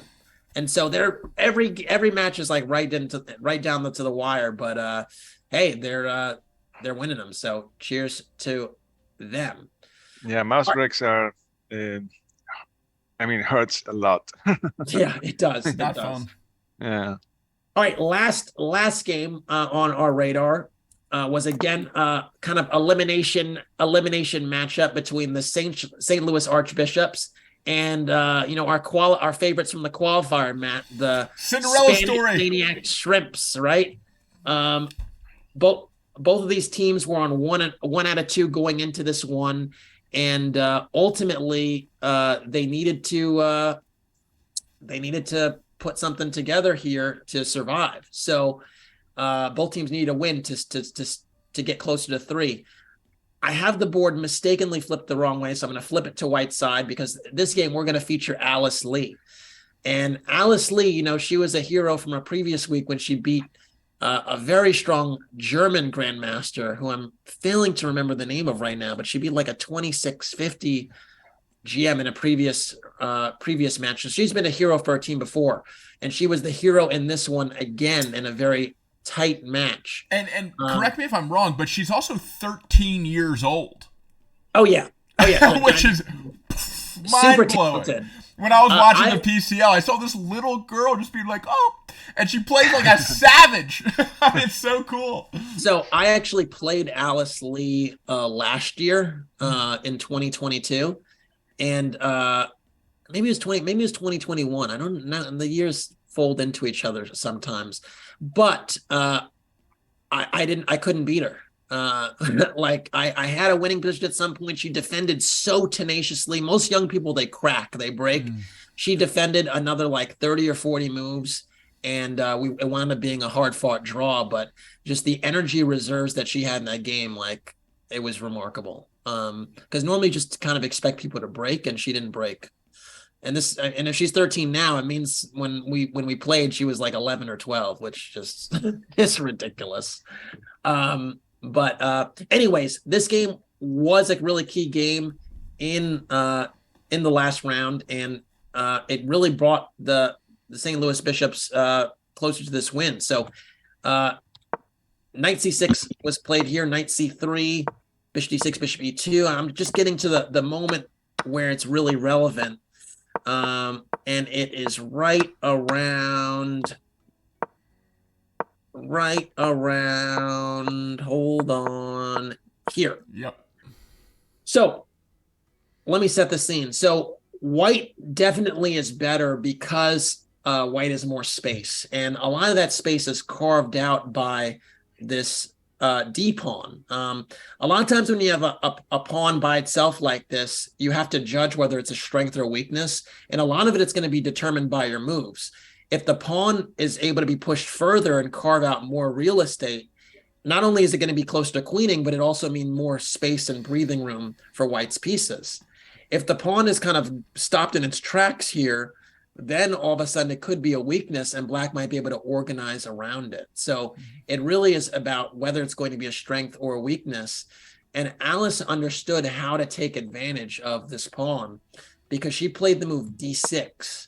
And this is a strong move, because not only does it push the knight away, it also is just carving out more space for the rook, more space for White's pieces, and it makes Black's position more cramped, kind of like that crowded folks in a room analogy we were talking about before. And so knight f5 was played, moving the knight away. Bishop takes c5, rook takes c5, traying those bishops, and then b4. hitting that rook, carving out more real estate. And then after rook c8, queen e4, rook f7, now the kind of the a little tactical skirmish came. And Carlos, I'm just going to make you our resident tactician here because I think it's probably knight takes pawn on a7. Correct again. Yeah. You don't think you know. You're like, it's knight takes a7. Well, yeah, I didn't calculate all the moves. So, and the point is, this queen is overloaded. It was defending that pawn a7 that was there, but it's also defending the knight, and this rook is being hit. And so after queen takes a7, queen takes f5. Now the whole thing, and I think this is the reason Carlos was like, I didn't calculate this to the end. It's like, well, what about this knight on c4? Rook takes c4 happened, and then Black actually resigned after Alice's next move. Black resigned. What would be your next move? Yeah, I mean, I like this idea of pushing, like forcing the issue, pushing the pawn again. The rook can't make it back in time to defend because we take, and we're going up some material here and threatening the king. Yeah, and after d7, Black indeed resigned. And the cool thing about this actually also is that when there's a knight on the back rank, there's always this artistic dynamic where there's a threat to take, but also to capture the knight. And there are a lot of positions in puzzle books where the pawn has that choice, and it's actually makes it a winning position. So really cool dynamic that you could push or take the knight.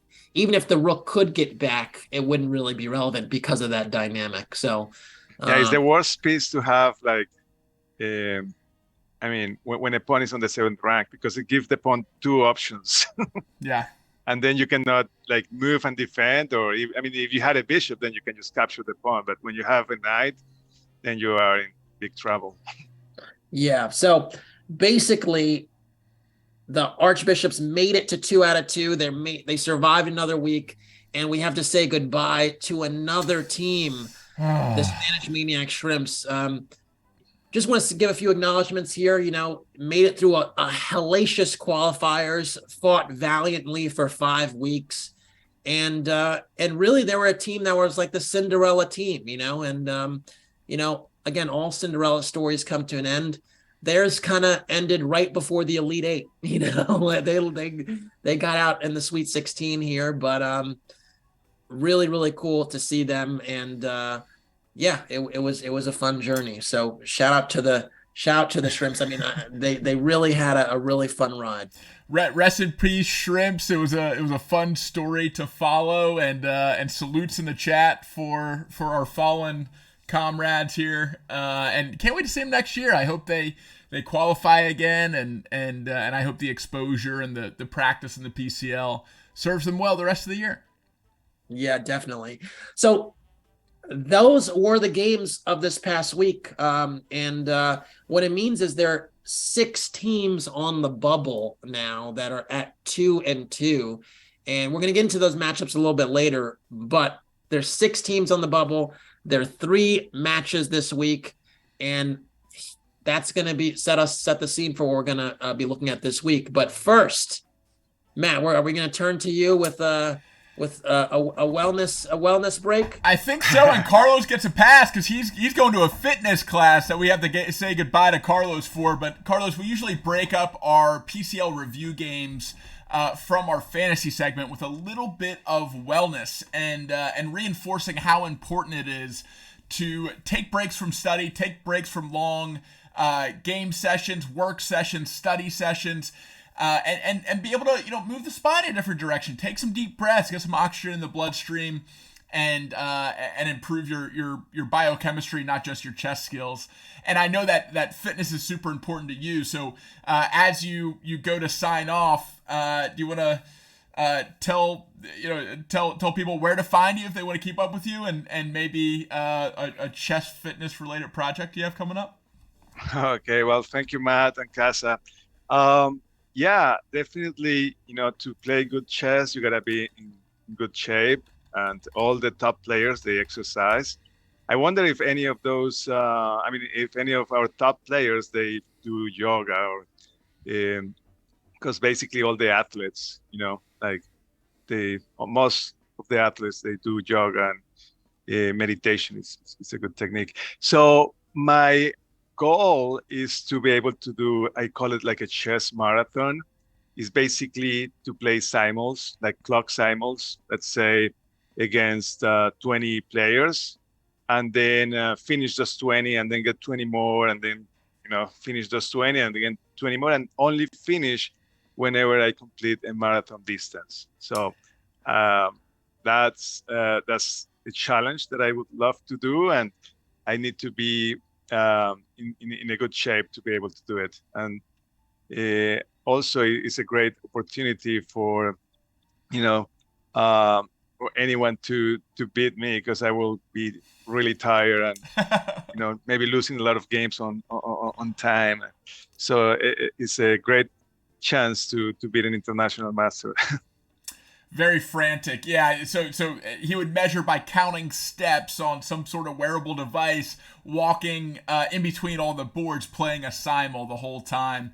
And someone in chat is asking your ELO. Carlos is an international master. What's your chess.com ELO right now? Oh, maybe we should skip that question now. Oh, no. Moving right along. My peak was, I believe it was 24:35, but now it's probably 23:01. That's why I stopped playing tournaments, because the more I play, the more the rating go down. So got it. Well, where to find. I love to play Blitz and Bullet still, like once in a while. I haven't been able to do it recently, but I love to play. I love it. Well, you know where to find Carlos at Chess Atlanta for his company in Atlanta. And then he also does some work as a travel consultant, doing chess trips to some of these big tournaments and elsewhere if you want to just take a vacation. So, Carlos, enjoy the fitness class. Thank you. Yeah, I have Chess Atlanta on Instagram, Facebook, Carlos Perdomo on LinkedIn, and also on Facebook. Anyone is welcome to add. So.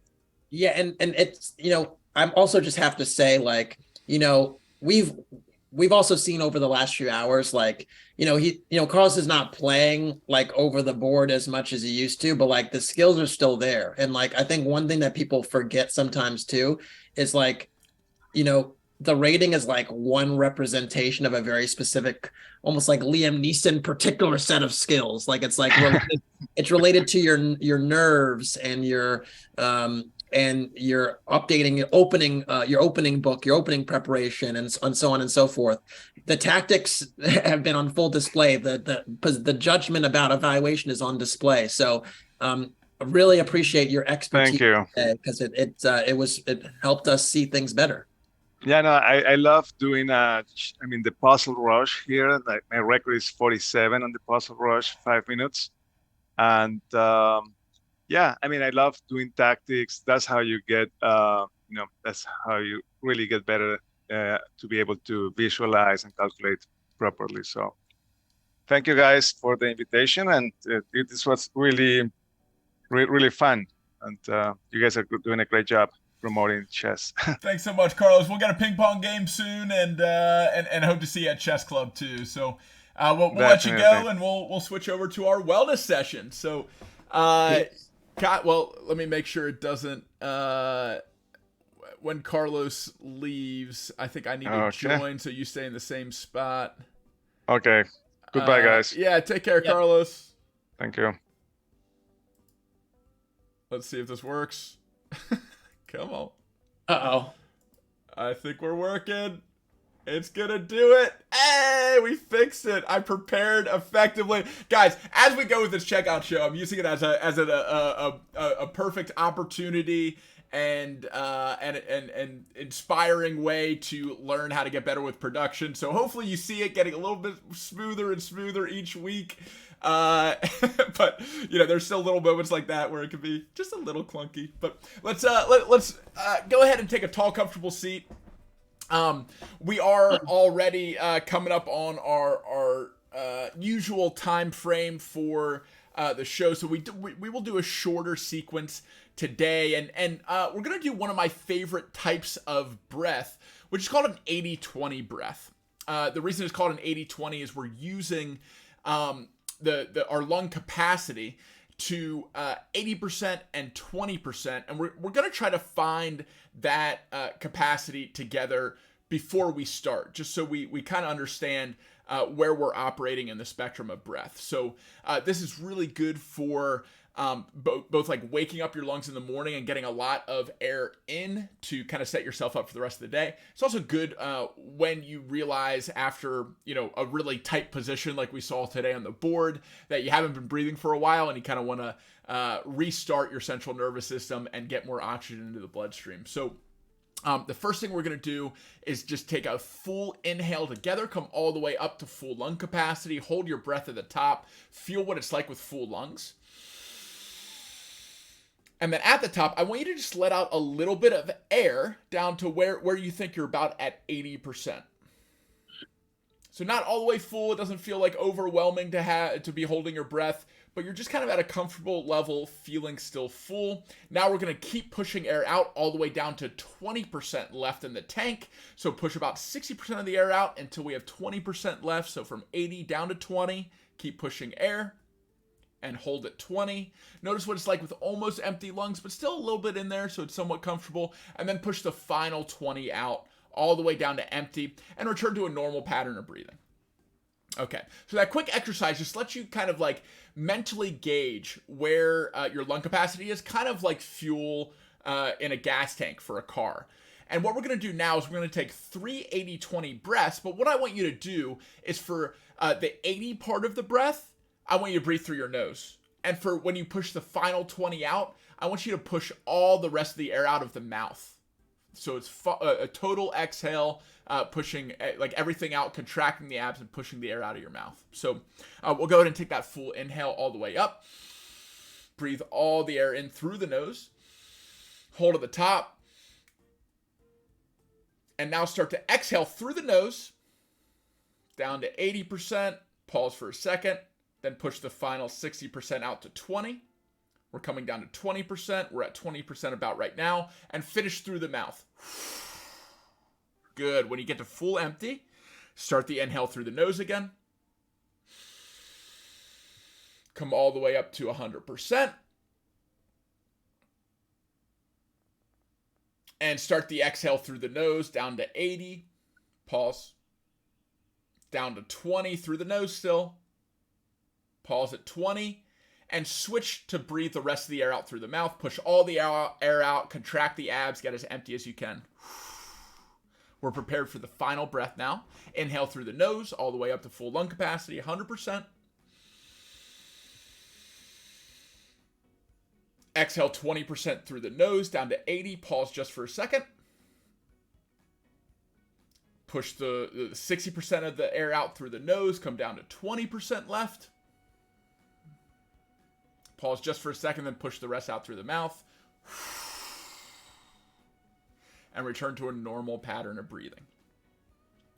So as you breathe normally, just kind of scan your brain, scan your body, and notice any differences from just 30 to 45 seconds of conscious breathing with this principle. Part of what we're doing is we're kind of hacking our central nervous system when we're doing the final breath out. And I can explain the science to you offline if you join exclamation point Discord. But also what you're doing is you're eating up mental bandwidth that's used to thinking about like the chess game that you're in, or what you have to do later today, or what just happened to you this morning that you're still stressed out about. If you're focusing on something having to do with a basic bodily function, you're not thinking about all that other crazy stuff. You're kind of refreshing your brain like it's an internet browser, and you're getting a fresh start on when you're ready to restart whatever your next task is or activity is. So did that all make sense? Was that easy to follow, Casa? Hey, I actually really like that one. Okay, cool.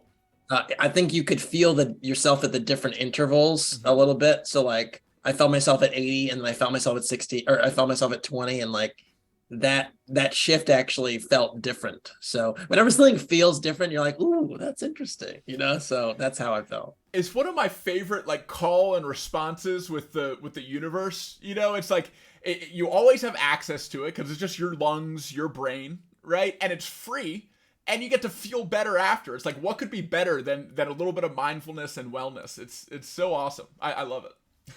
Yeah, thank you. Cool. Should we shift gears to the fun part? Should we get into some fantasy?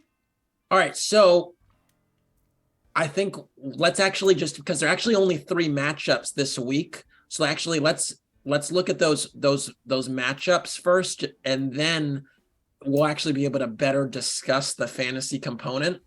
So they're just 3 teams. They're just 3 teams, or 6 teams, 3 matchups that are happening this week. And so if you have this, do you have the slash events roster?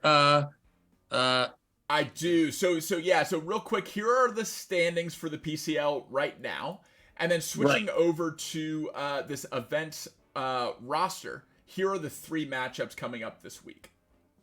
Right. And so these are the goods right here. I mean, basically, we could just take a gander at these teams really quickly, and you could tell me who you think is going to win. I mean, let's start at the Archbishops versus the Bulldogs. I am inclined to just, I mean, I've been very impressed with Alice Lee on board 4. We were just touting her praises.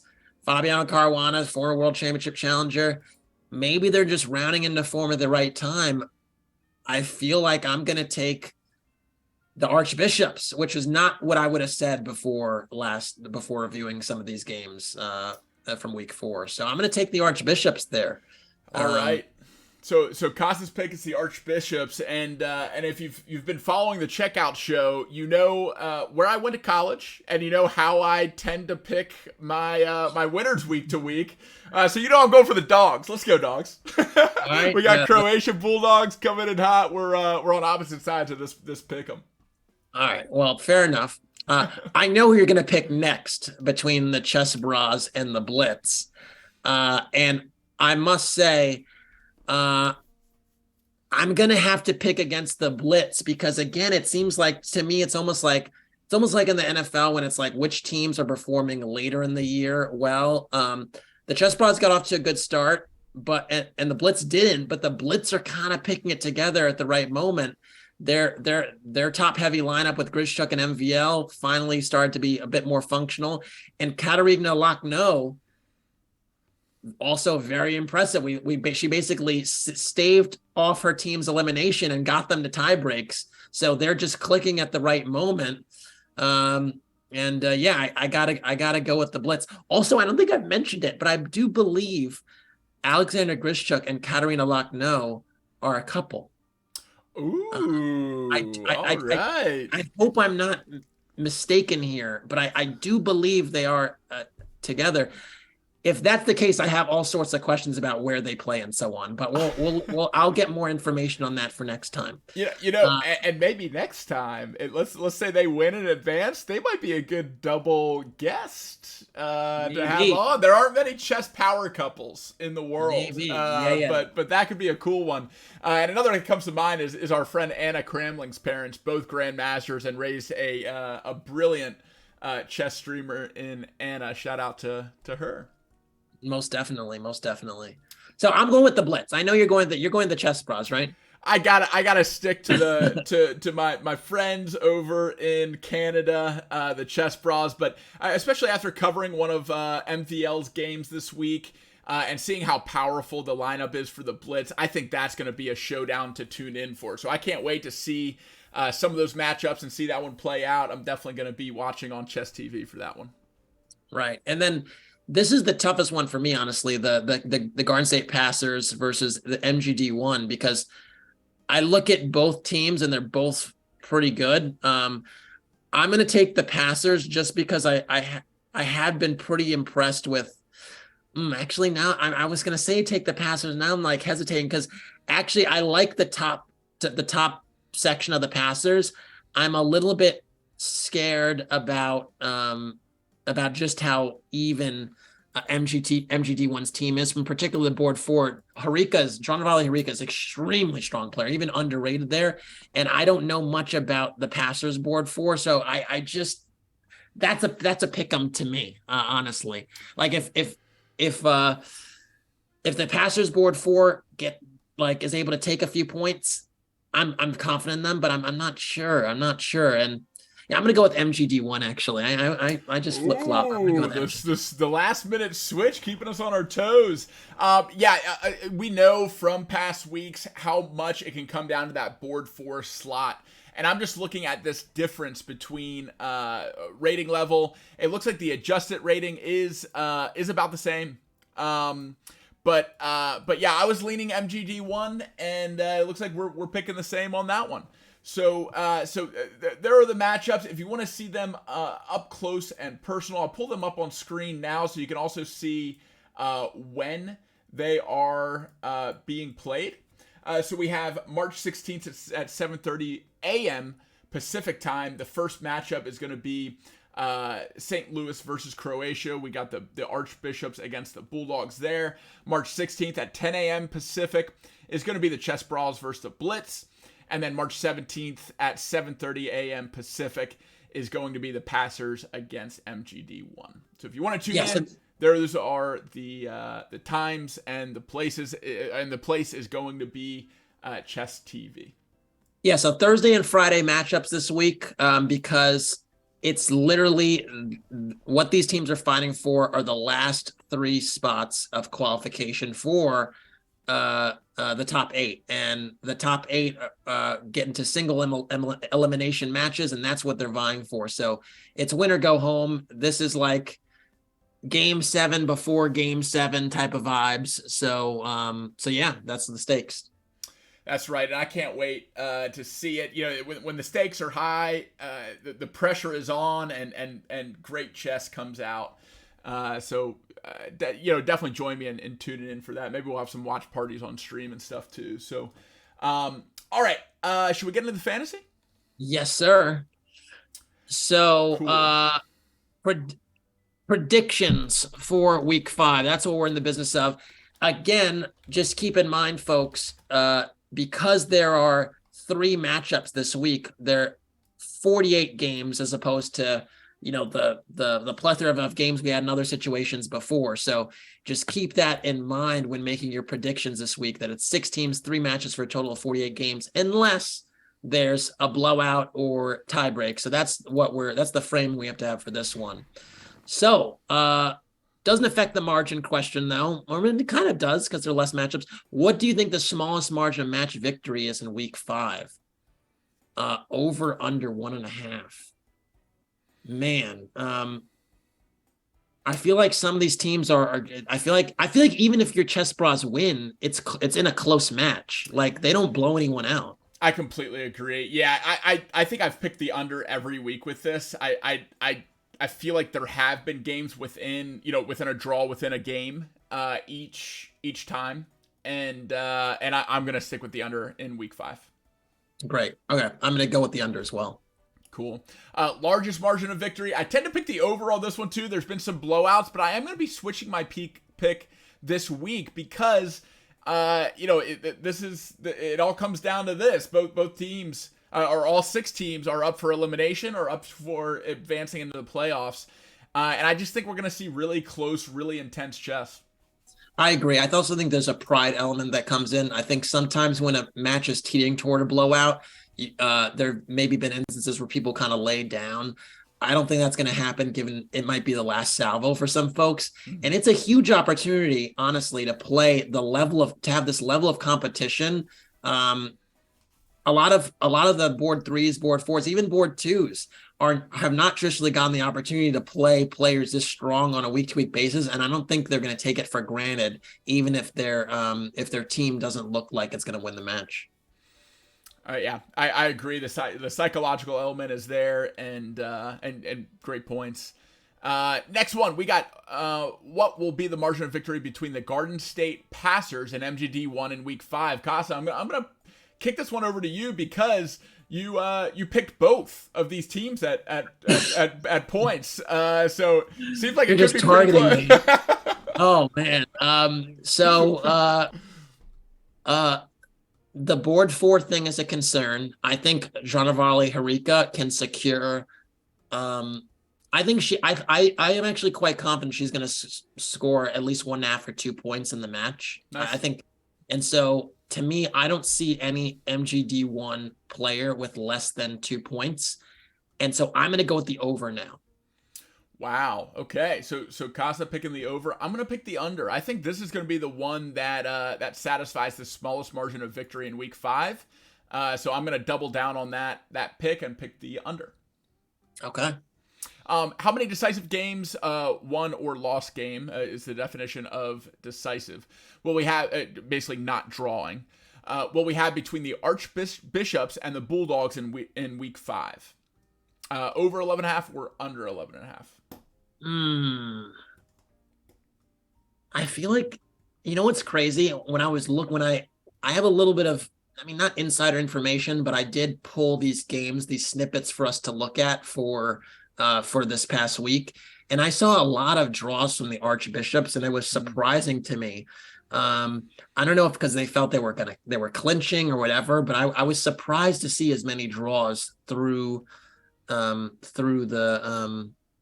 matchup. So I'm almost inclined to take the under, but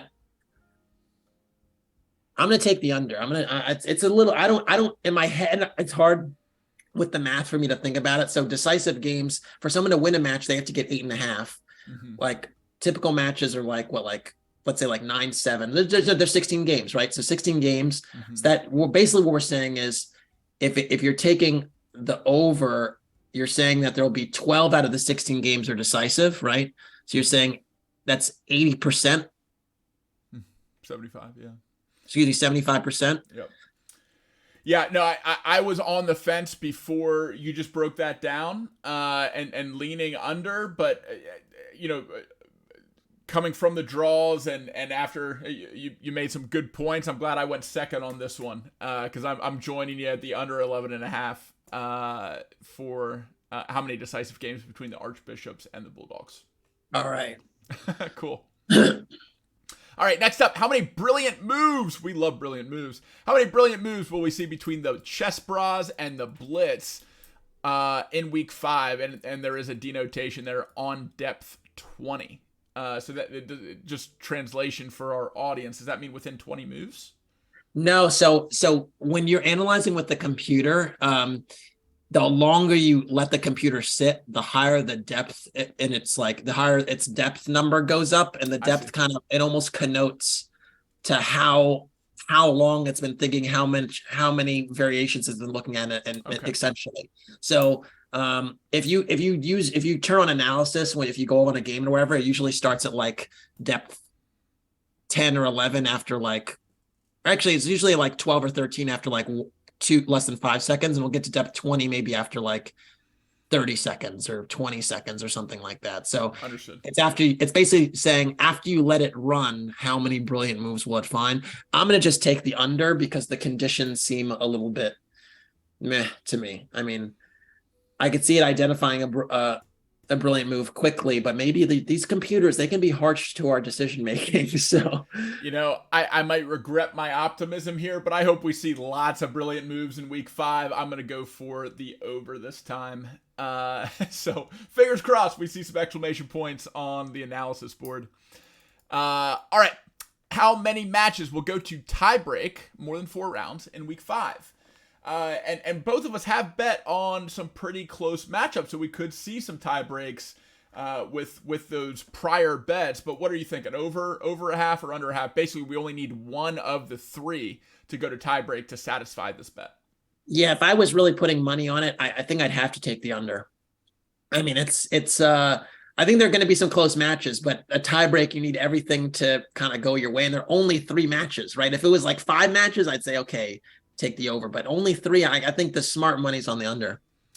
Gotcha. So Costa's going under. I think, man, this might be our biggest divergence from any week in fantasy, but I'm gonna go with the over. I think we're gonna see a tiebreak this week. All right. Cool. How many openings with Gambit in the name will we see week 5? Come on. I mean, Queen's Gambit, Evan's Gambit. Yeah, exactly. We got a lot of gambits. No, but Queen's Gambit isn't a gambit. That's the thing. You get the pawn back every time on c4. Like that's the point, though, right? Like, so if we're including Queen's Gambit in that, like so many people play d4, or some version of d4 and c4, whatever. I have to take the over there. I have to do the same. Playing d4 myself. There's so many games that have Gambit in it. Even to Kasa's point, when there isn't actually a Gambit. So Gambit declined is still technically named Gambit. Exactly. So cool. All right, how many times will we see King move to e2 or e7, the infinite Bong Cloud squares, in week 5? So just for clarification here, this is not the Bong Cloud. We're just we're seeing the King move to e2 or e7 at some point during the game, right? Correct. And this is the most interesting over-under I've seen thus far, just because I can think of so many opening positions with the white where the queens come off the board, where the king runs from the castle king runs quickly to the center from g1 to e2, and vice versa with black from g8 to e7.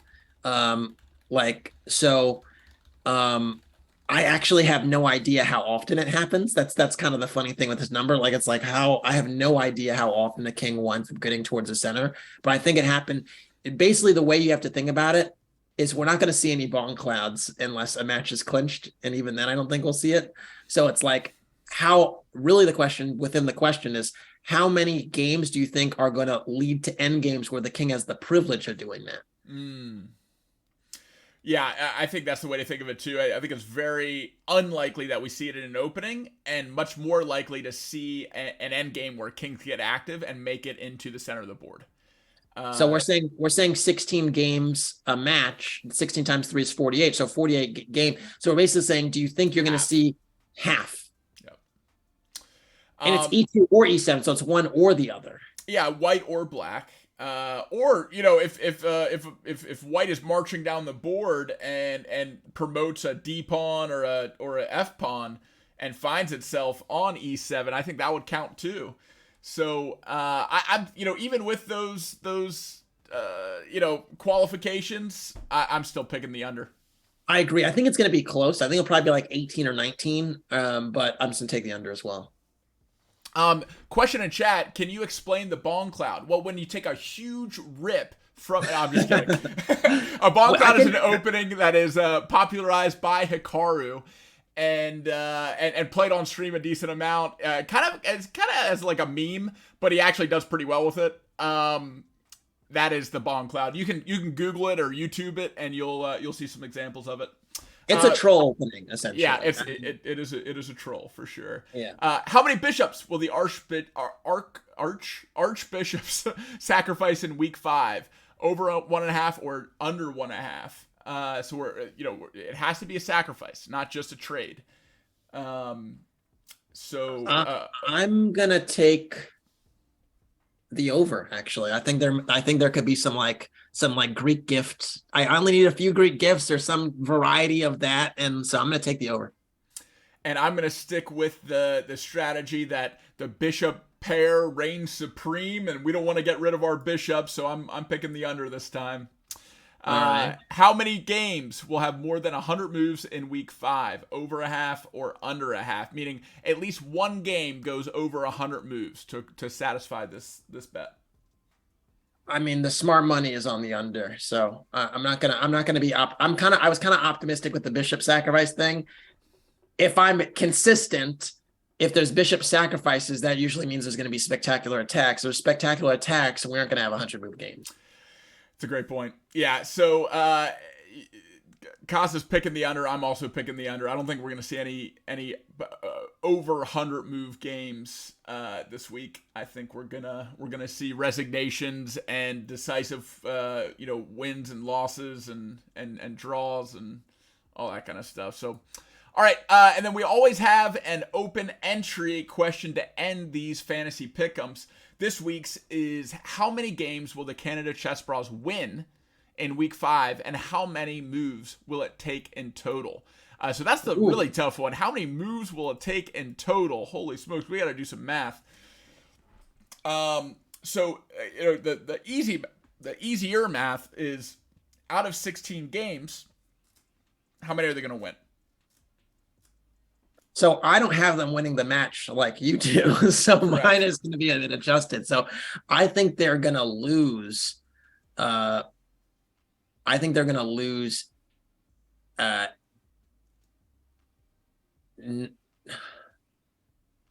I think they're going to lose 9-7, and I think a few of those games are going to be draws. So I think they're going to get 6 points off of wins.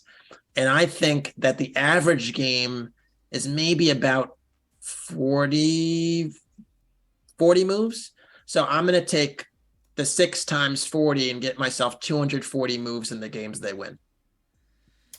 Great math, checks out. And I'm picking on the other side. I think the Chess Brawls are going to win.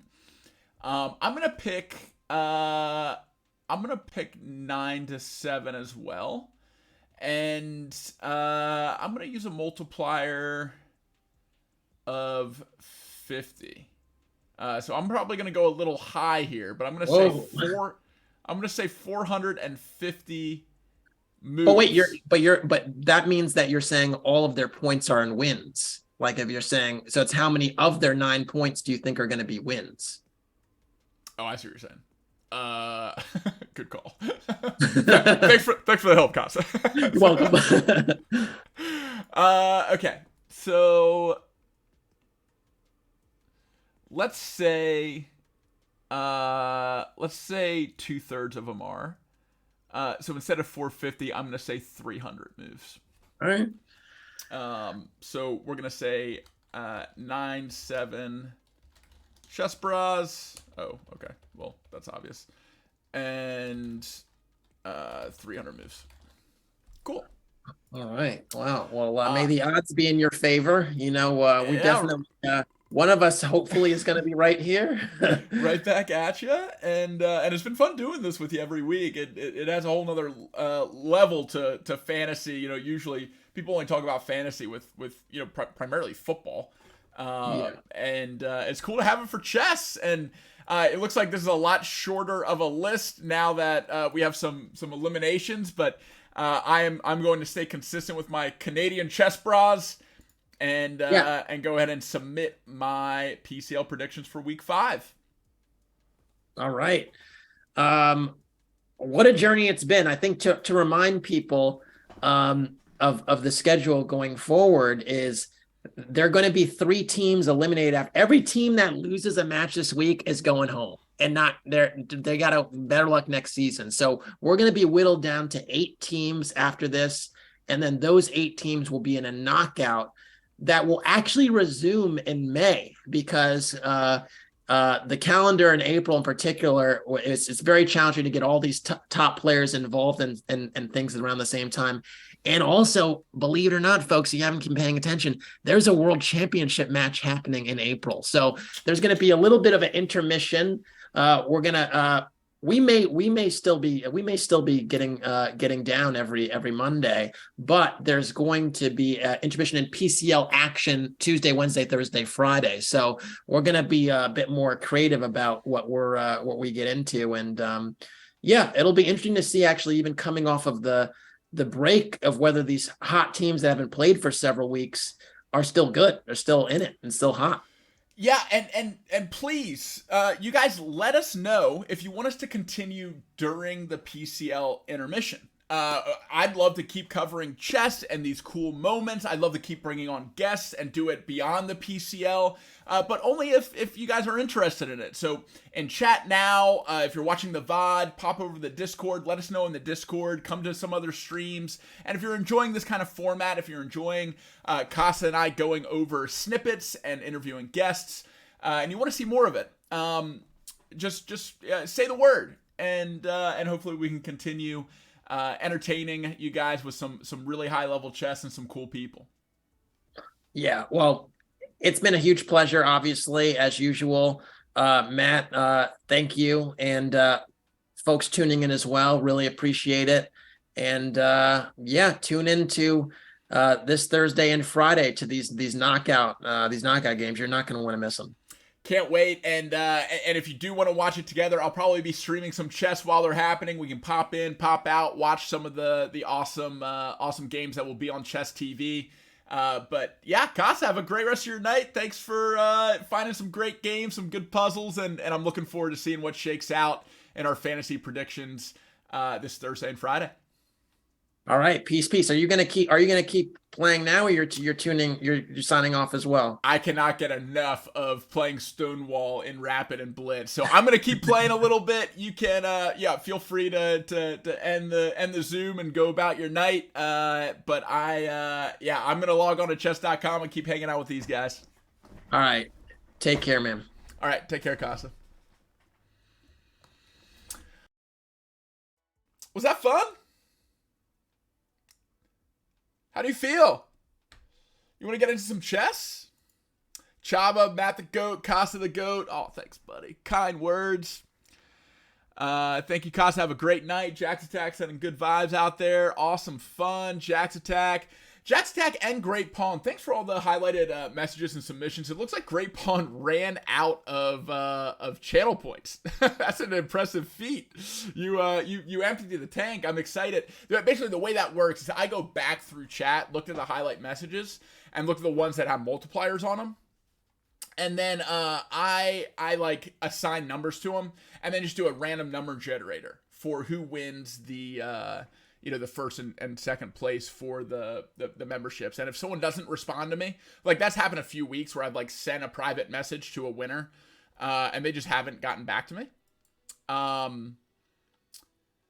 Then I just go on to the third place, fourth place, etc. That makes sense?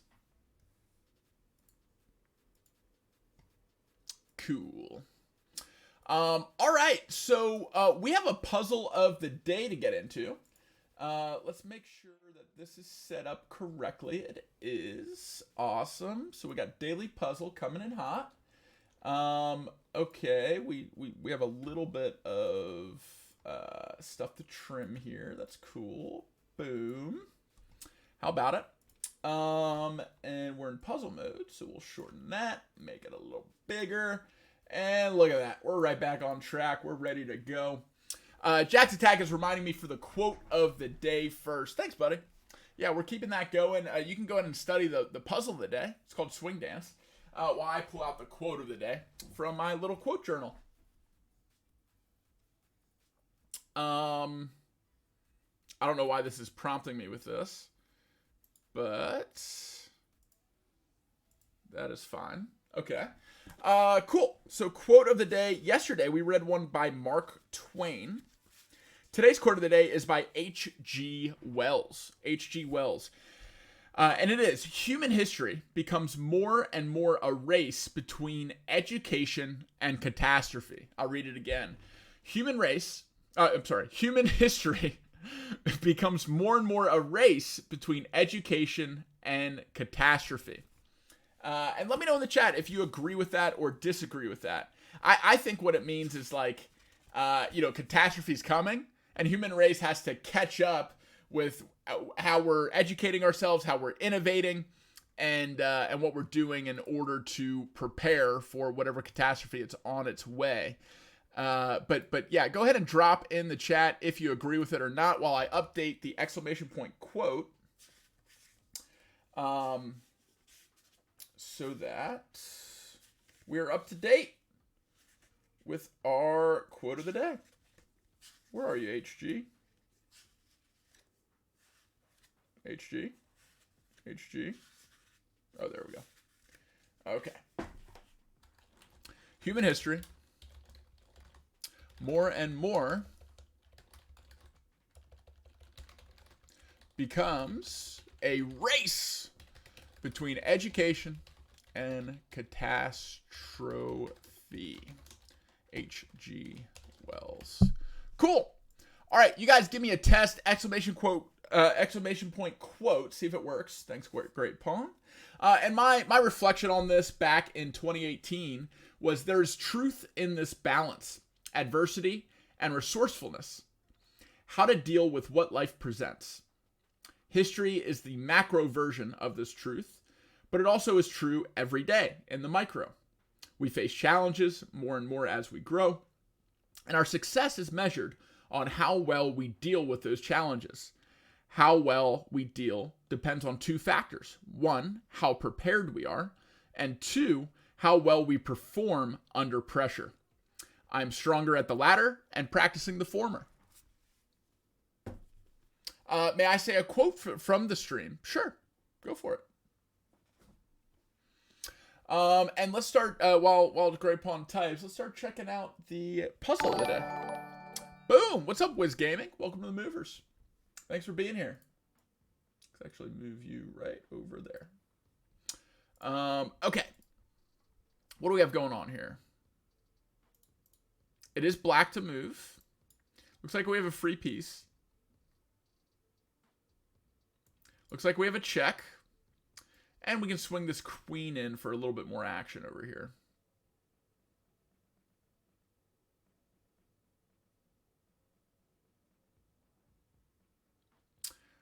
It looks like there is a block square for the queen when we move first. So that might make more sense. It does. And now it looks like we can swing right in for a checkmate. That is a 2-move checkmate. We love it. Wiz Gaming. Better than Hikaru, to be honest. Wow. That's high praise. Hikaru's a goat. But I appreciate the kind words. Welcome to the Movers. Glad you're here. My chess quote is, once you play black, you never go back. Cubic coming in hot. I love it. That's pretty funny. All right. Are you guys hearing music, by the way? I have a little background music going, but it's pretty low. Turn it up a little bit. And we are up to date on our puzzles. So I kind of feel like my brain's already warm. And I'm just going to move right into games with the Stonewall. So we're going to keep practicing the Stonewall. I'm going to play some 10-minute.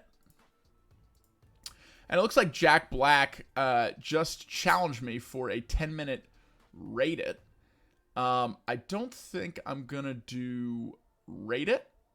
If you challenge me unrate it, I'll play unrate it. How about that? I just need to fix this a little bit. In between moves. He's moving too fast for me. How rude. All right. Let's get into it. I hate when they do this move. Okay. We are set up and ready for the trade. The quintessential trade that hopefully gets a fork. Doesn't look like we're going to see it this time. That's okay.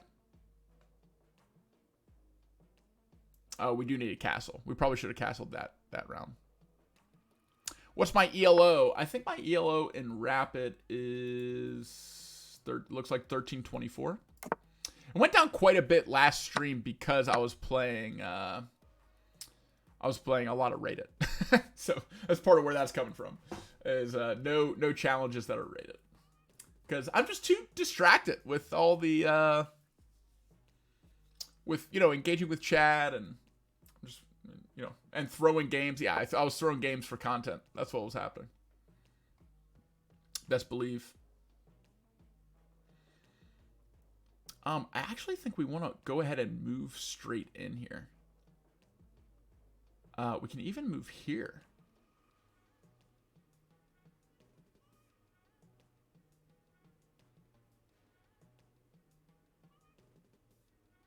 Do we want to move here or here? Let's do this. Because if he pushes here... Okay, cool. We're good. We're going to shut off these two squares. We're going to push here and then swing our own bishop in. Yes, I was throwing. Of course I was throwing. You know it.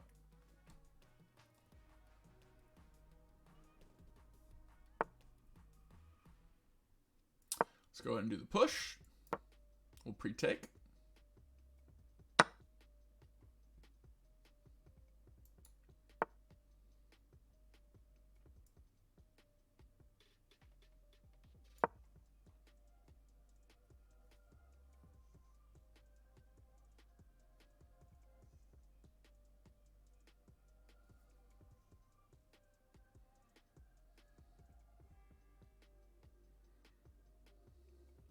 We really want something like this. Play against Martin. Who is Martin? Is that a new AI? So let's threaten mate. Why not, right?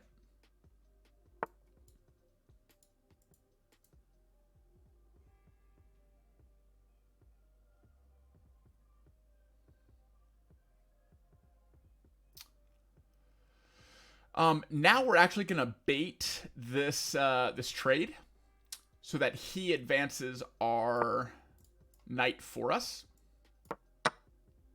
and this also opens up this rook. So now we're gunning down. We're looking at a pretty nice take. We also have ideas here if he comes back here. So we have a good F file attack. That's he's an old bot. Oh, okay.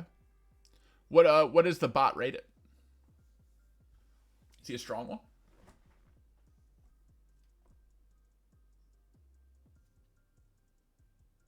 $250. I think I can handle that.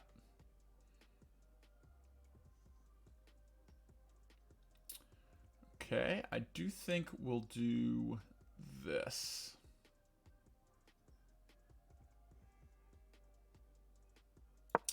I think this baits something like this, which we can en passant. And then we're pushing this this pawn into a really nasty position. Also, if we clear out this this knight, we can swing the queen in.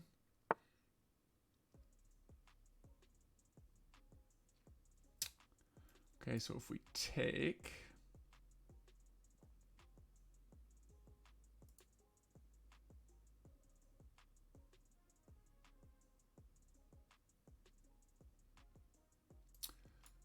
if we go here, take, okay. If we go,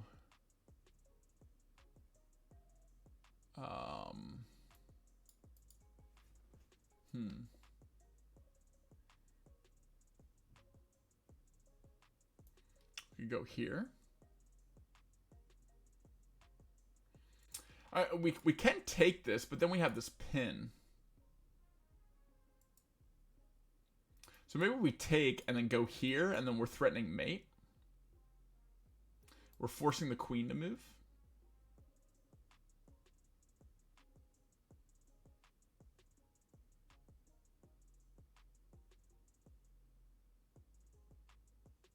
This is really annoying.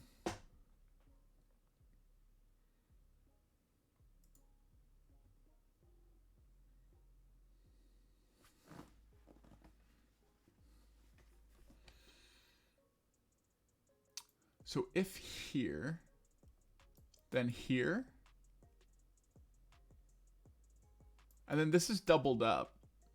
So if he takes, he can just trade off my rook. I think I'm giving away my knight if I do this.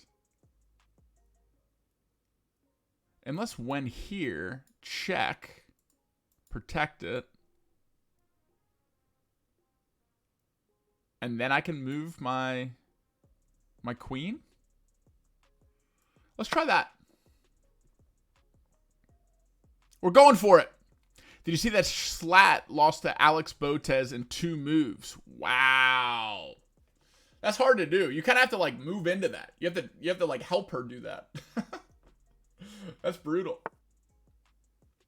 Okay, that's what we were waiting for.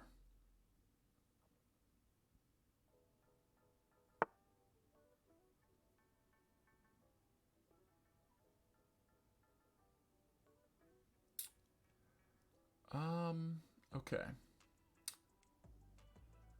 So I think this is the only move that continues to protect this. Check, take. Check. Blocks it. Then he closes this.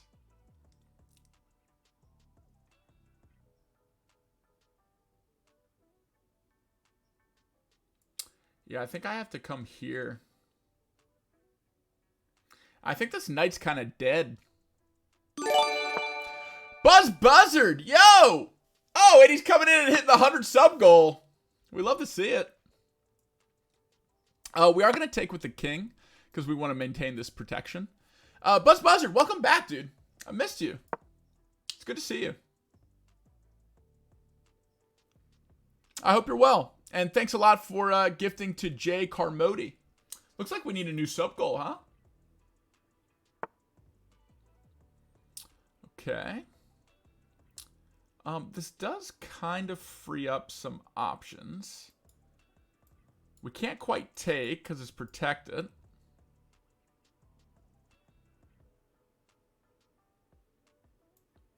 We could do something like this. We could do this and then take back. I think that loses another pawn, though.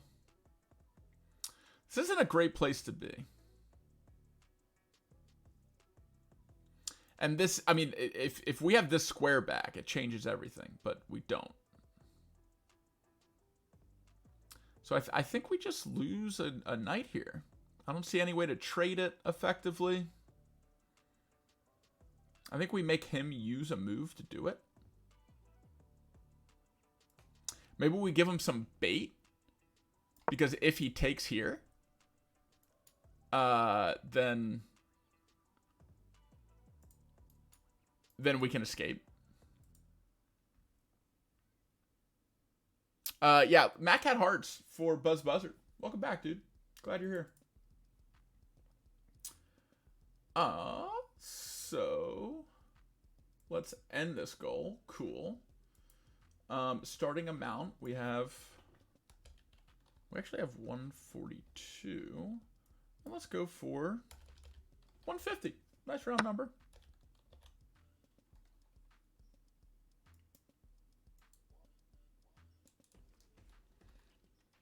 I gotta move. Let's do this. Let's take first. And hopefully he brings this off of the square.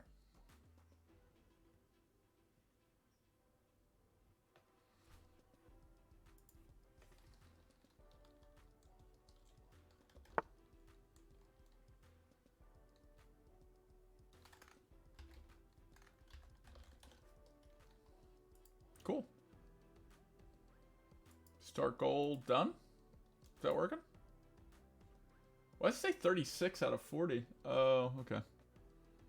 I don't really get that. I'm going to change that. Looking to trade off queens. Okay. Well, let's double those up. We'll go ahead and target it. I don't think he can really protect it unless he pushes. That's fine. When we push here, it looks like we're going to be able to trade.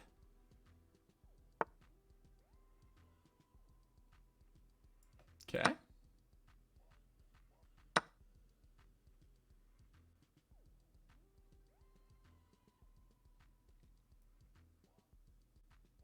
We'll get this up here.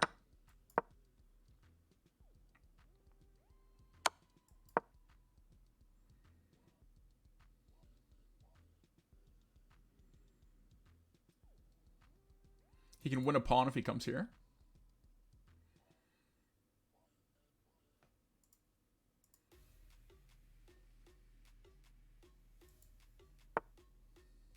Okay, he didn't do it.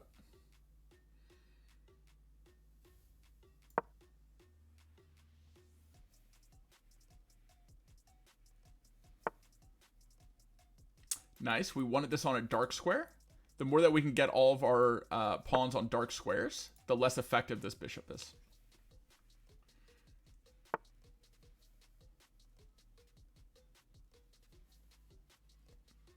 We want to be pushing our pawn. We're just going to move this here. Perfect.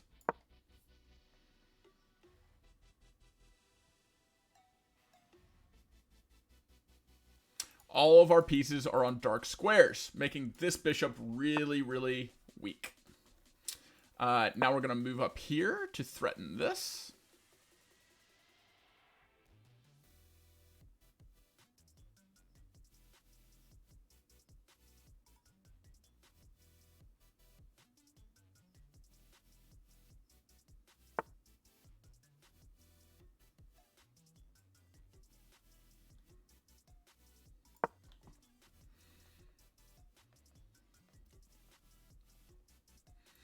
We can threaten this to pull this through, and then king. He's going to have to swing back here. We're going to take these 2 pawns. I still like our position.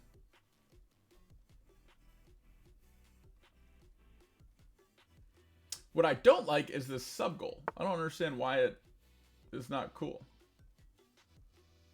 Oh my gosh, it says 72,611 days to go. I don't get it.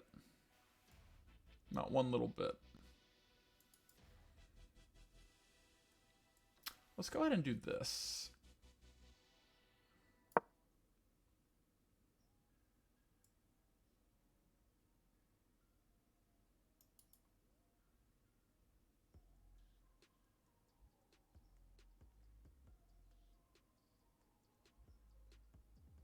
Offering a trade.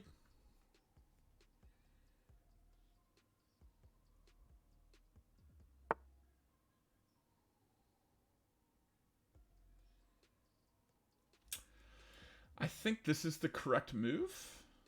Hold on. Take, move, take, protect.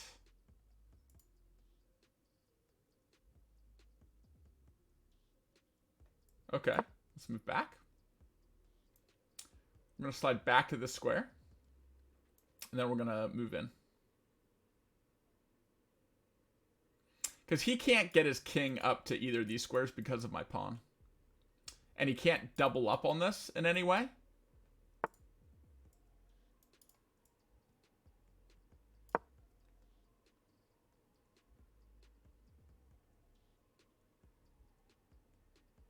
I think we understand the position. We just need to shuffle around until he makes a mistake.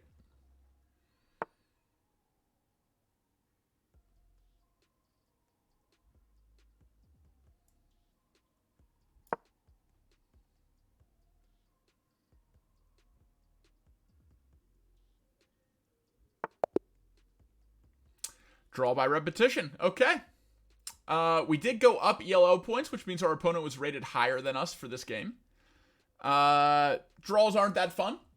Not like a fun, exciting end, but I do think we, all things considered, taking some chances on the king side, getting really aggressive, I think was pretty fun to watch. So hopefully you enjoyed it. Before we start the next game, I'm going to try to fix the sub-goal thing. Well, let's do something for the sub. What should I do? Maybe gift it diamond. Goal amount is 150. Starting amount is, actually we should do like 200 for that. 200. We're at 142 subscribers. And end after, I don't really understand how this works, but 03 dash, let's do the 16th, 2023, start goal. Okay, I think that works.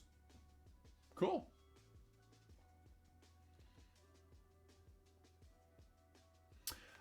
Great pawn. Just challenge with unrated. And do 10-minute or less time control. We can do blitz, we can do bullet, but 10 minutes is the max.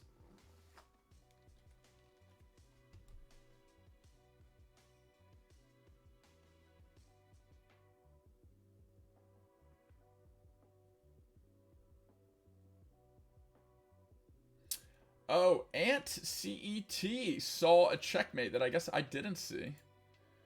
Maybe let's go back to around that where that was. It was probably when my queen was down here. So D4. Rook G5.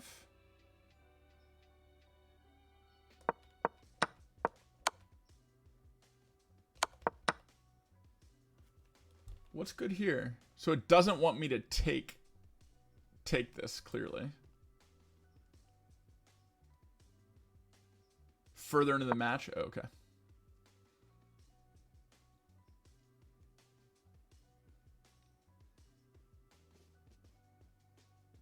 Wait, I want to come back to that same point.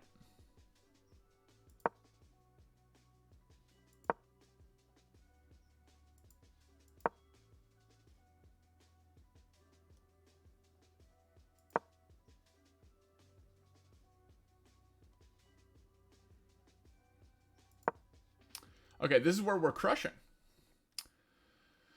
So next, this is where we messed up. You permitted the opponent to add pressure on a pin knight. Okay. What was my best move here? Ah, we want to start breaking it. Okay, that makes sense. 0 win chess. Is that you, Great Pawn? That makes sense, though. Just like open up the position.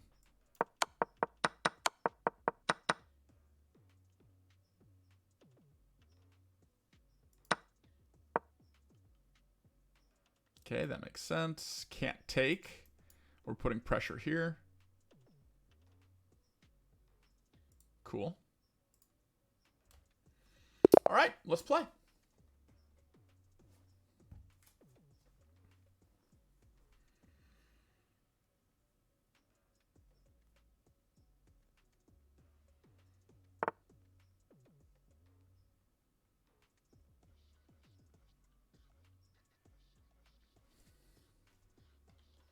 Boom.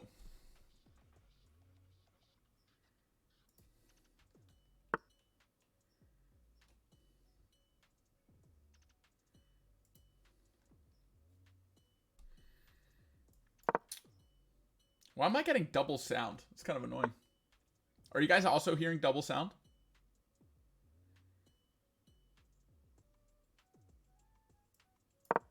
Yeah, I'm still hearing double sound.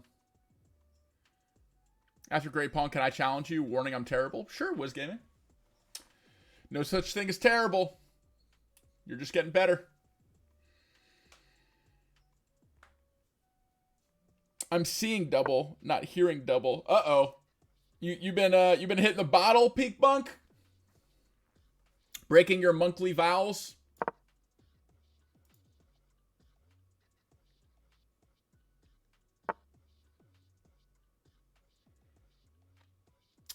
Okay, we are happy to do that. I don't like this double sound thing. I don't know why it's doing it, but it's getting to me a little bit. Peak Bunk in the house. Not wearing my glasses. Oh, that'll do it. Let's actually do this.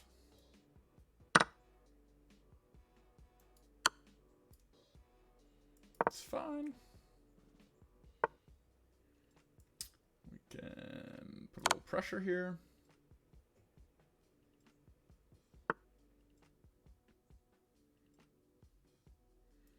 We will castle.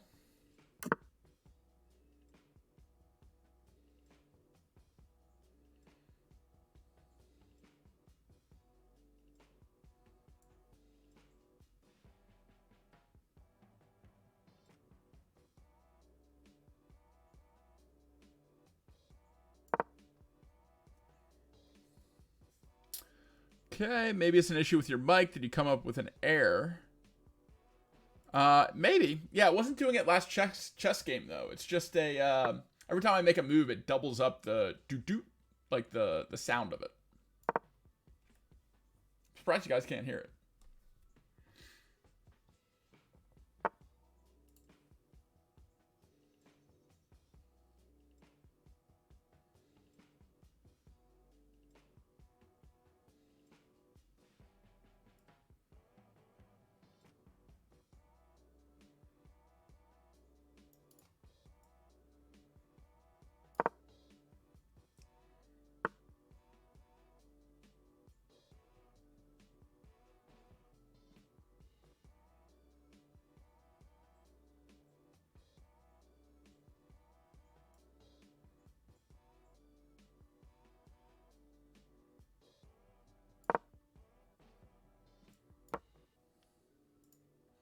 Unless you still have Zoom open. I don't think Zoom's open anymore. No, it's not. It's closed.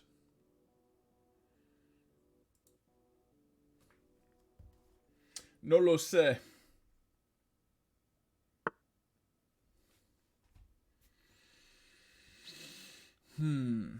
Okay, he's moving his queen. That's good. He wants to trade. Do we accept le trade? Sure.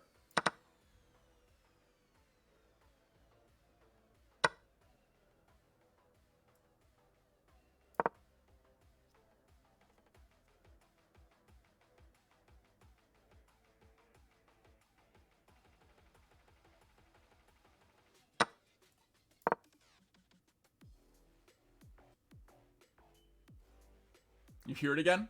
Double piece sound? Oh, okay. Yeah, that's what I'm hearing. We'll try to refresh after. It'll probably sort itself out. Oh, it's because it's being played on both. I see. Okay.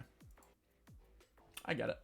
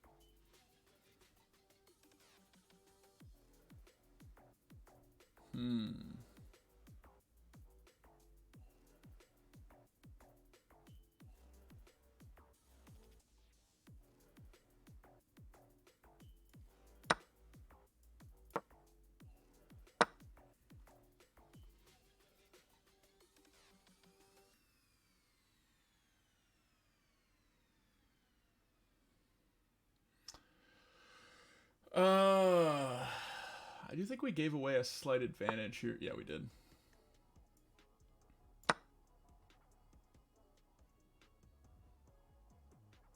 I wish I could commentate more when I'm playing viewers, but then they can hear it, in theory, right? Don't want to be given, who am I playing? Is it Wiz? Yo, I just realized we have the same headphones. The HyperX? Yeah, they're awesome. No, I'm playing Grey Pawn. That's right.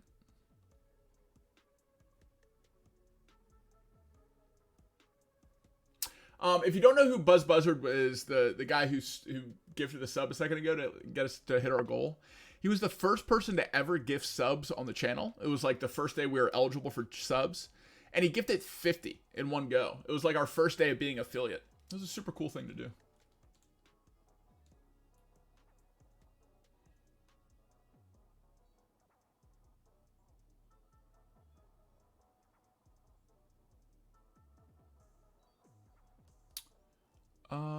Yeah, it was awesome. Man of few words and a lot of generosity.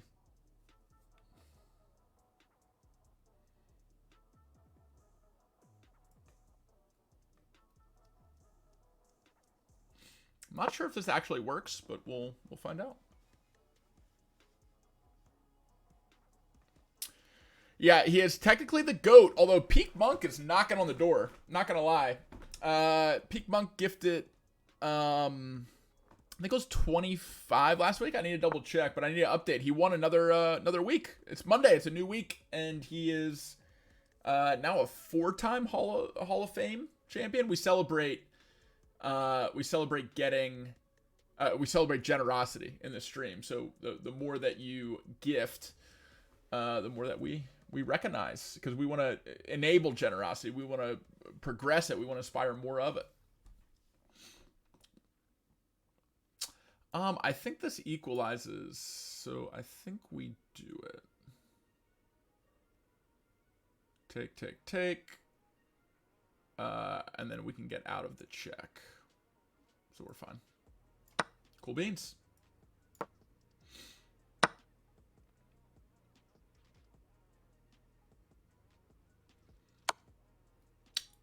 No problemo.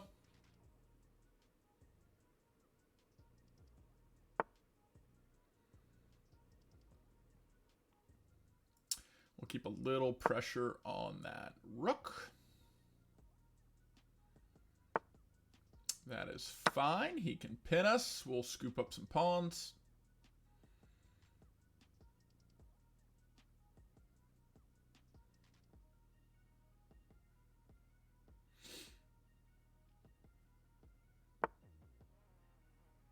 Okay. He actually had a bait here. So if I took this, he could move here with check and take my rook, but now he can't do it anymore, which is why I can talk about it. MJitty13, welcome to the movers. Thanks for being here. I think we probably want to do it this way.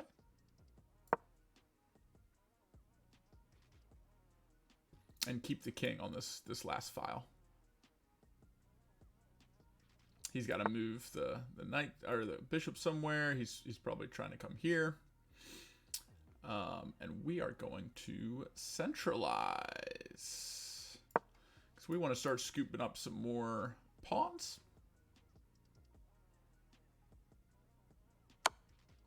It is officially endgame.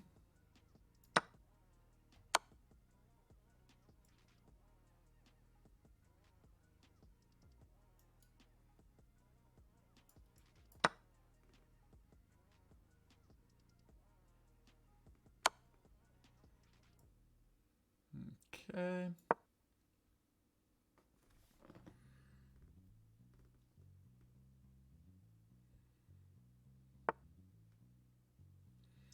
And now we start pushing. Yeah, I thought that might happen. Knights can be a little tricky. And we just push this all the way.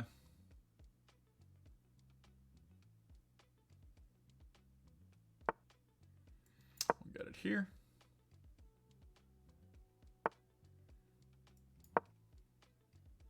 Dumb question, but where can I watch the replay of the checkout show? I upload them all to my YouTube, !YouTube. And that is not a dumb question. That's an awesome question. Appreciate you. Check it out. Literally, check it out. Sorry for the lame joke. Chickity check. We like that move. That's a pretty checkmate. Pawn shuts off these two squares. This protects the pawn. Knight shuts off this square. And this is also by the rook. See you later. Boo! Good game, great pawn. Thanks for playing. Also, guys, if you missed the Skillshare sponsored stream, if you click that link, you get a free month of Skillshare. All you have to do is sign up for a free trial. No money is taken out of your account. You can cancel at any time. So, Skillshare. I'll be learning how to do video editing on Skillshare for the next month with you guys. I'll be doing another sponsor stream for them in like 2.5 weeks. I'm really excited about it. So Skillshare gets you a free month of Skillshare. Also, you get priority when I play viewers if you do stuff like that and help the stream. So for those challenging me right now, it would be awesome if you signed up for that. Alondra, if you challenge me, please make it unrated. So I'm going to deny this one and just re-challenge me with an unrated game. And while you do that, there we go. VM Pat fan, one of the new followers from this checkout show, just challenged me. VM is rated a 1161. And also from the States. Pat fan, does that mean you're a Patriots fan?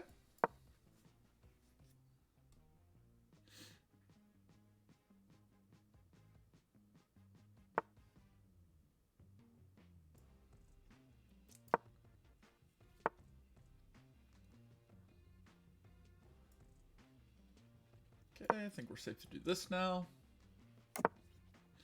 We'll castle 2.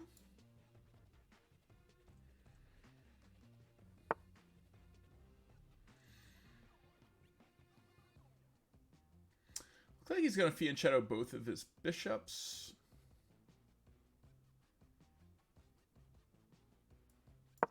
Go ahead and centralize our knights. Okay, we'll give our bishop an escape square.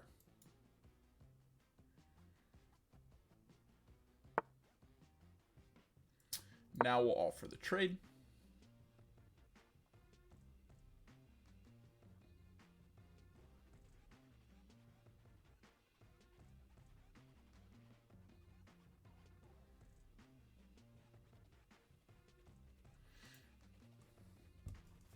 You gonna do it? You gonna trade me?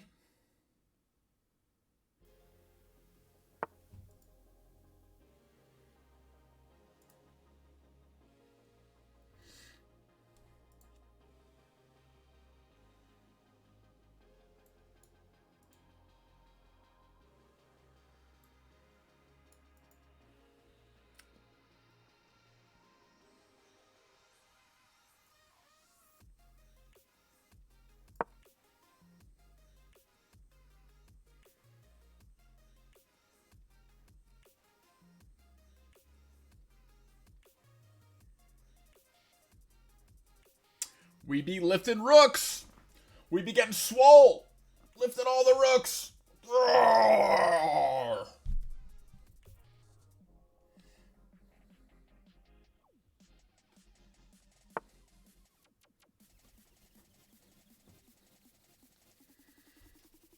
Interesting. I think this just wins.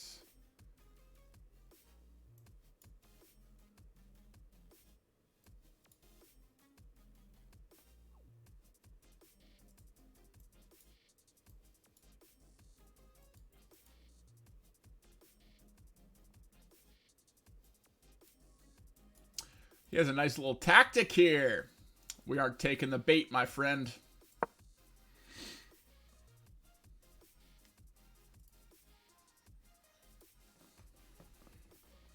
Oh, my friend Seth just started his weekly chess club, and he's streaming it.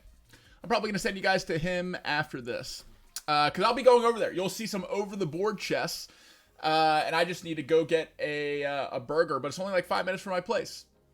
So you'll see me come off of this screen, and you'll see me come in person to over-the-board chess. Monday is a chess kind of night. We love to see it. We do be lifting rooks. Actually, I kind of like that as like a slogan for the stream. We gotta remember that. Will someone like put that in the Discord or make a note of that? Lifting rooks. That goes with chess fitness, you know? Or, oh, at the Moving with Matt stream, we'd lift more than rooks. Oh, I'm cracking myself up. All right. I hope you guys like that. Hopefully it's not too cringe. It might be a little cringe.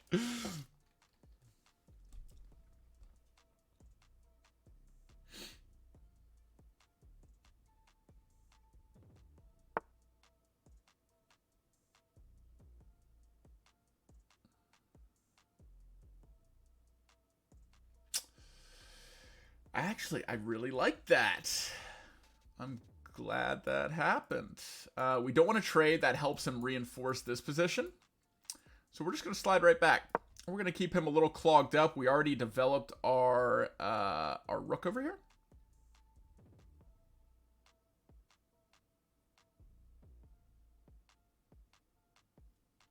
We're basically just going to keep shimmying around.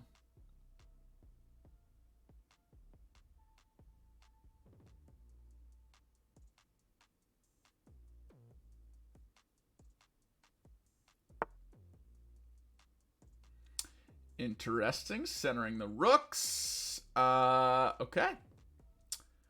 Now I think we do this.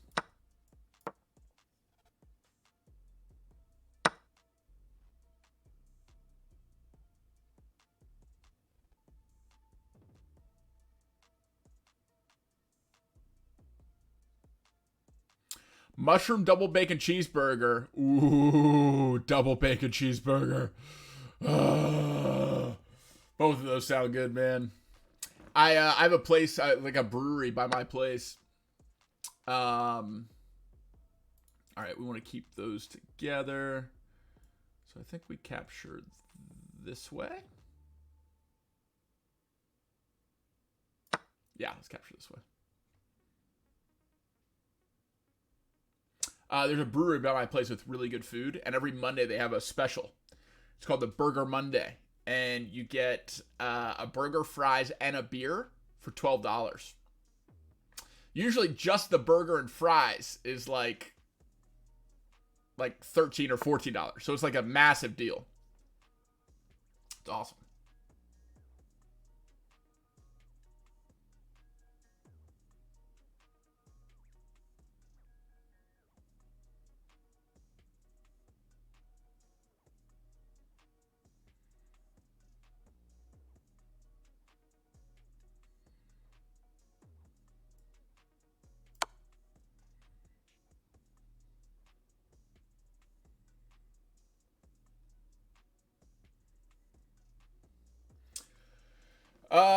This is a pretty complicated position. I as much as I've been playing the Stonewall recently, I haven't gotten into this position before. It was pretty cool.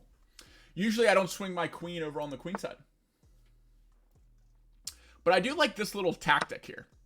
So he can't retake my bishop because his king is pinned. So I'm threatening this this scary checkmate here.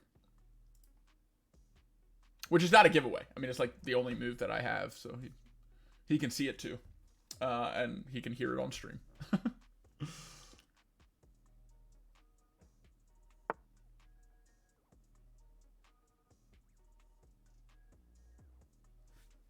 Okay, so he goes to block. I don't know if that block does much for him, though. I mean, it buys him a little bit of time.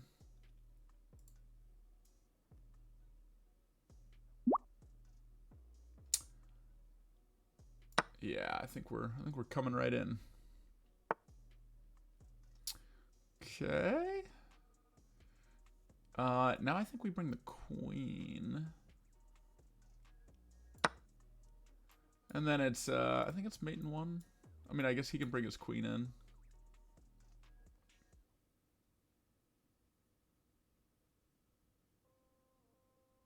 So it's mate in two. Okay, mate in one, we'll take it. Oh no, he's protecting here. Interesting. That's pretty cool. This is a cool mate. We use the queen to block. We use the queen to block the advance of his rook. So if we took with our queen there, his rook defends it, right?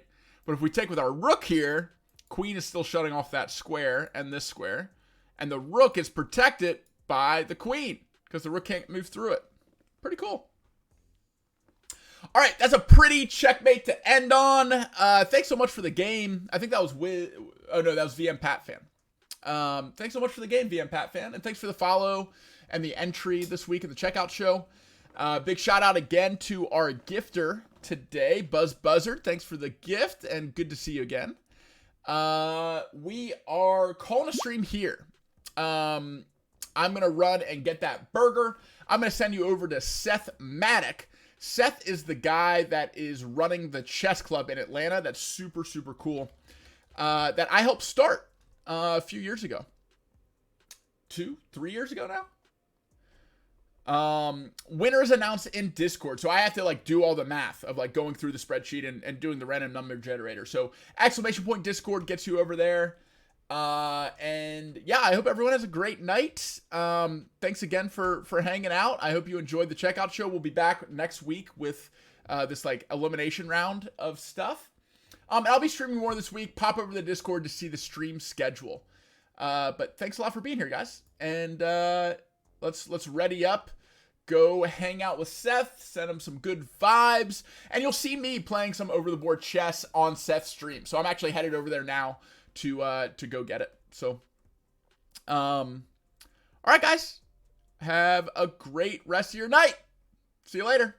All right, bye now. Take care.